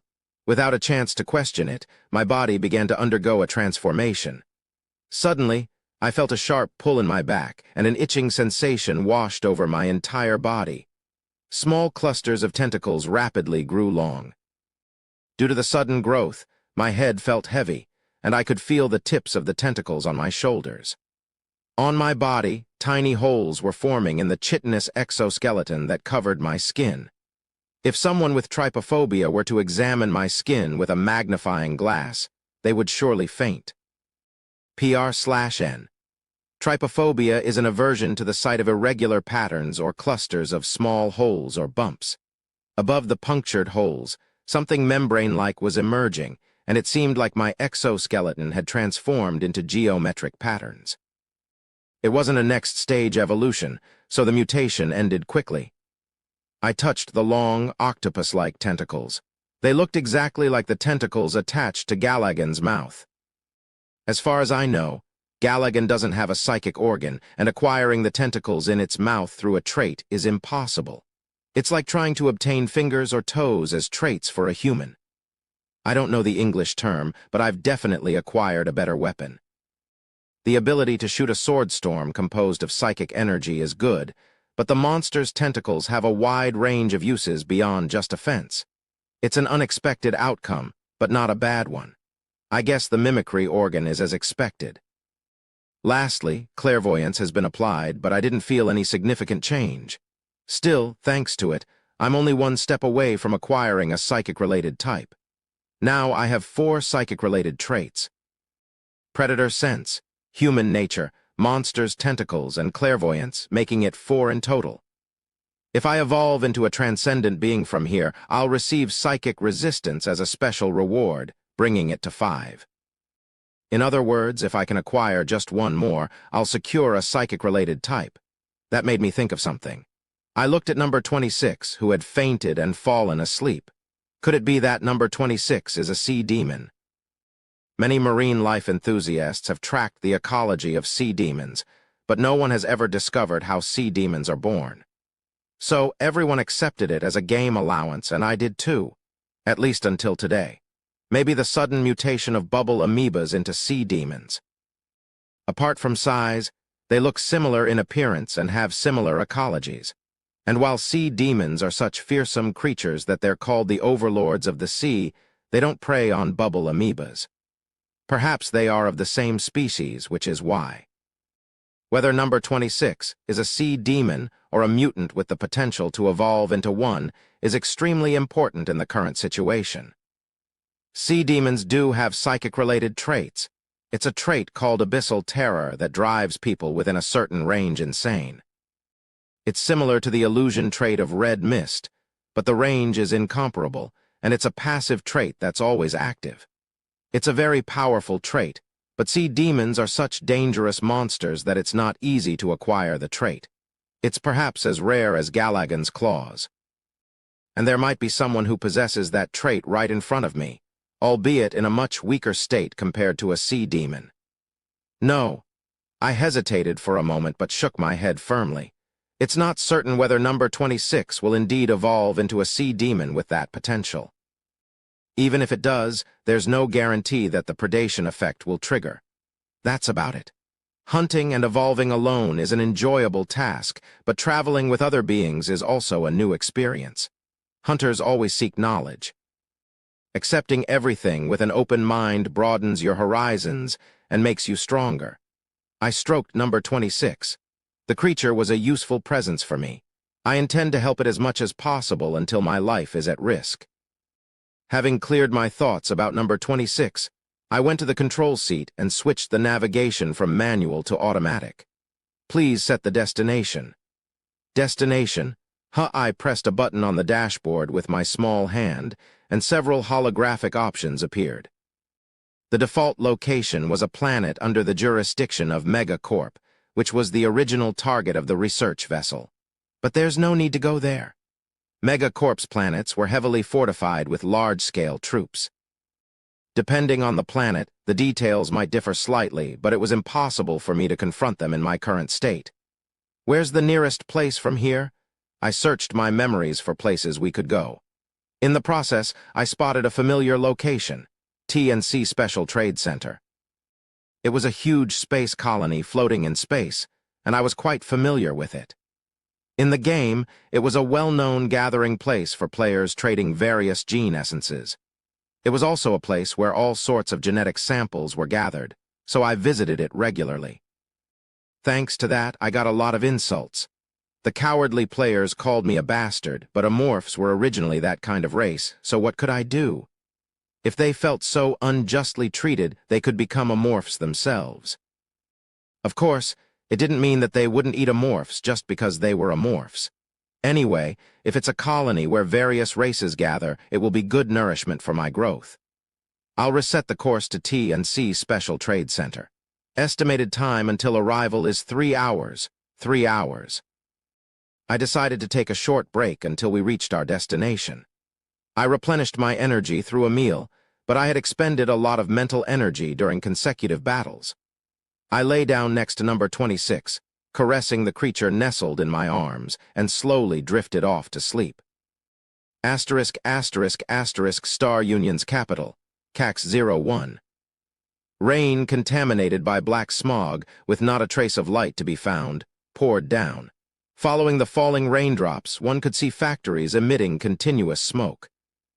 No matter where you looked on the planet, there were factories, smog, and pictures attached to every building. The pictures depicted a man with mechanical eyes and clenched fists, wearing a dignified expression. His name was Chewbacca, the Lord of Star Union and the parent of all cyborgs. Cyborgs walking down the street would salute every time they saw a picture, but no one found it strange. Here in the Star Union, it was perfectly normal. Amidst the strange scenery, there was one building with no pictures. It looked like an abandoned building, but beneath it, there was a facility unknown to the cyborgs. Contrasting the dark atmosphere above ground, a perfectly clean medical chamber was hidden below, housing medical capsules. A capsule, shaped like an immaculate coffin, opened slowly with mechanical sounds as soon as it unlocked. As the capsule opened, a pale arm emerged from inside. Ugh, cough, cough. The owner of the arm was a woman. With black hair and a slender figure, she was a beautiful lady. She coughed as she sat up. Her name was Si-Hyun Yujin, or to be more precise, she was her clone. Si-Hyun Yujin, as the shadow of the Yujin family, was an incredibly strong presence to the point where her enemies couldn't find her. However, she hadn't been that way from the beginning. Back when genetic modification was not yet complete, she had taken out insurance for the future. If she were to die, her cloned self would take her place. In Megacorp, the technology for human cloning was somewhat of a taboo, but she had hidden her own clone as an insurance policy against her enemies. I never thought I'd become a clone. Si-Hyun looked at her body. Her skin was as white as a newborn's, with smooth and flawless curves. It was a beautiful physique, but she felt unfamiliar with it. It was inevitable because some of the genes she originally possessed hadn't been updated in the clone. All the genetic abilities she had, like Galagan's claws or Red Mist's illusion power and countless others, were all lost. It was unknown how long it would take to recover the genes she had lost because of those damned creatures. It had caused a significant setback to her grand plan. That damn bastard. Next time I meet him, I'll rip out his brain. Si-Hyun Yujin's eyes were filled with deep hatred. Asterisk, asterisk, asterisk, as the light faded, and the starlight awakened. The port zone of T&C Special Trade Center was still bustling. Workers in coveralls, businessmen in suits, tourists from various alien races, and all sorts of sentient beings were diligently going about their business under the vibrant neon signs. Even the carpenters working at the port were doing overtime just like everyone else. During their break, Carpenter was engrossed in reading a web novel on his small terminal when his communication device beeped. Bleep. Hey, Carpenter, are you busy? Howard, what's up? The Megacorp escape pod just arrived. Where did it come from? They contacted us from the control tower, but there's no response. It seems like there might be some issues with the automated navigation. Looks like some spoiled rich kid ran away again. I'll check it out. It's in Zone 7. Following his colleague's directions, Carpenter arrived at a lavishly decorated escape pod. It was undoubtedly an expensive-looking small spacecraft. Carpenter whistled when he saw it. Ah, one of those runaway rich brats again, I bet. Cases of upper capital citizens trying to escape in escape ships occurred from time to time. Carpenter was convinced it was one of those cases. He knocked on the escape ship's door. Is there anyone inside? He waited for a response, but there was none. Carpenter sighed and took out his hacking device. He connected a cable to the terminal next to the door and began manipulating the device. As a result, the escape pod's door easily opened. Why do they always turn off the lights and stuff? The inside of the escape ship was pitch black without a single light. Carpenter, wearing a helmet with a lantern, looked around the interior. Where did they go? Despite signs of someone being here, like bottles on the floor and a broken control panel, there was no one in sight. Something sticky on the sole of his shoe caught Carpenter's attention. He touched it, and as he did, more of the substance fell from above. He looked up and saw it on the ceiling. Asterisk, asterisk, asterisk. Hey, Carpenter, where did he go? He said he's leaving early today. Really? The guy who said he needed to make money to buy a house is leaving early. Yeah, he's going that way. Howard turned his head in the direction his colleague pointed. He saw Carpenter walking away about 20 meters ahead. Hey, Carpenter! As Howard called out, Carpenter stopped in his tracks. Coincidentally, he stood in a dark alley where the streetlight didn't reach. Even though it wasn't very dark due to the proximity, his upper body was obscured in the shadow to the point where his outline couldn't be seen. Why is he standing in a place like that? Howard felt an odd sensation when he looked at Carpenter. Despite seeing his gait and clothes, it felt as if he were seeing a different presence. Hey, aren't you working overtime today? Just leaving like that? Yeah, I'm busy. What did the site manager say? Yeah, he said I could go because I'm busy. With that response, Carpenter disappeared into the darkness of the alley. Strangely, as Carpenter vanished, the discomfort he felt also disappeared. Damn, does he always have to act like that when I talk to him? Leave him alone. Must be in a bad mood. Heh. Howard returned to work with his chuckling colleague. The next day, Carpenter didn't show up at the port zone.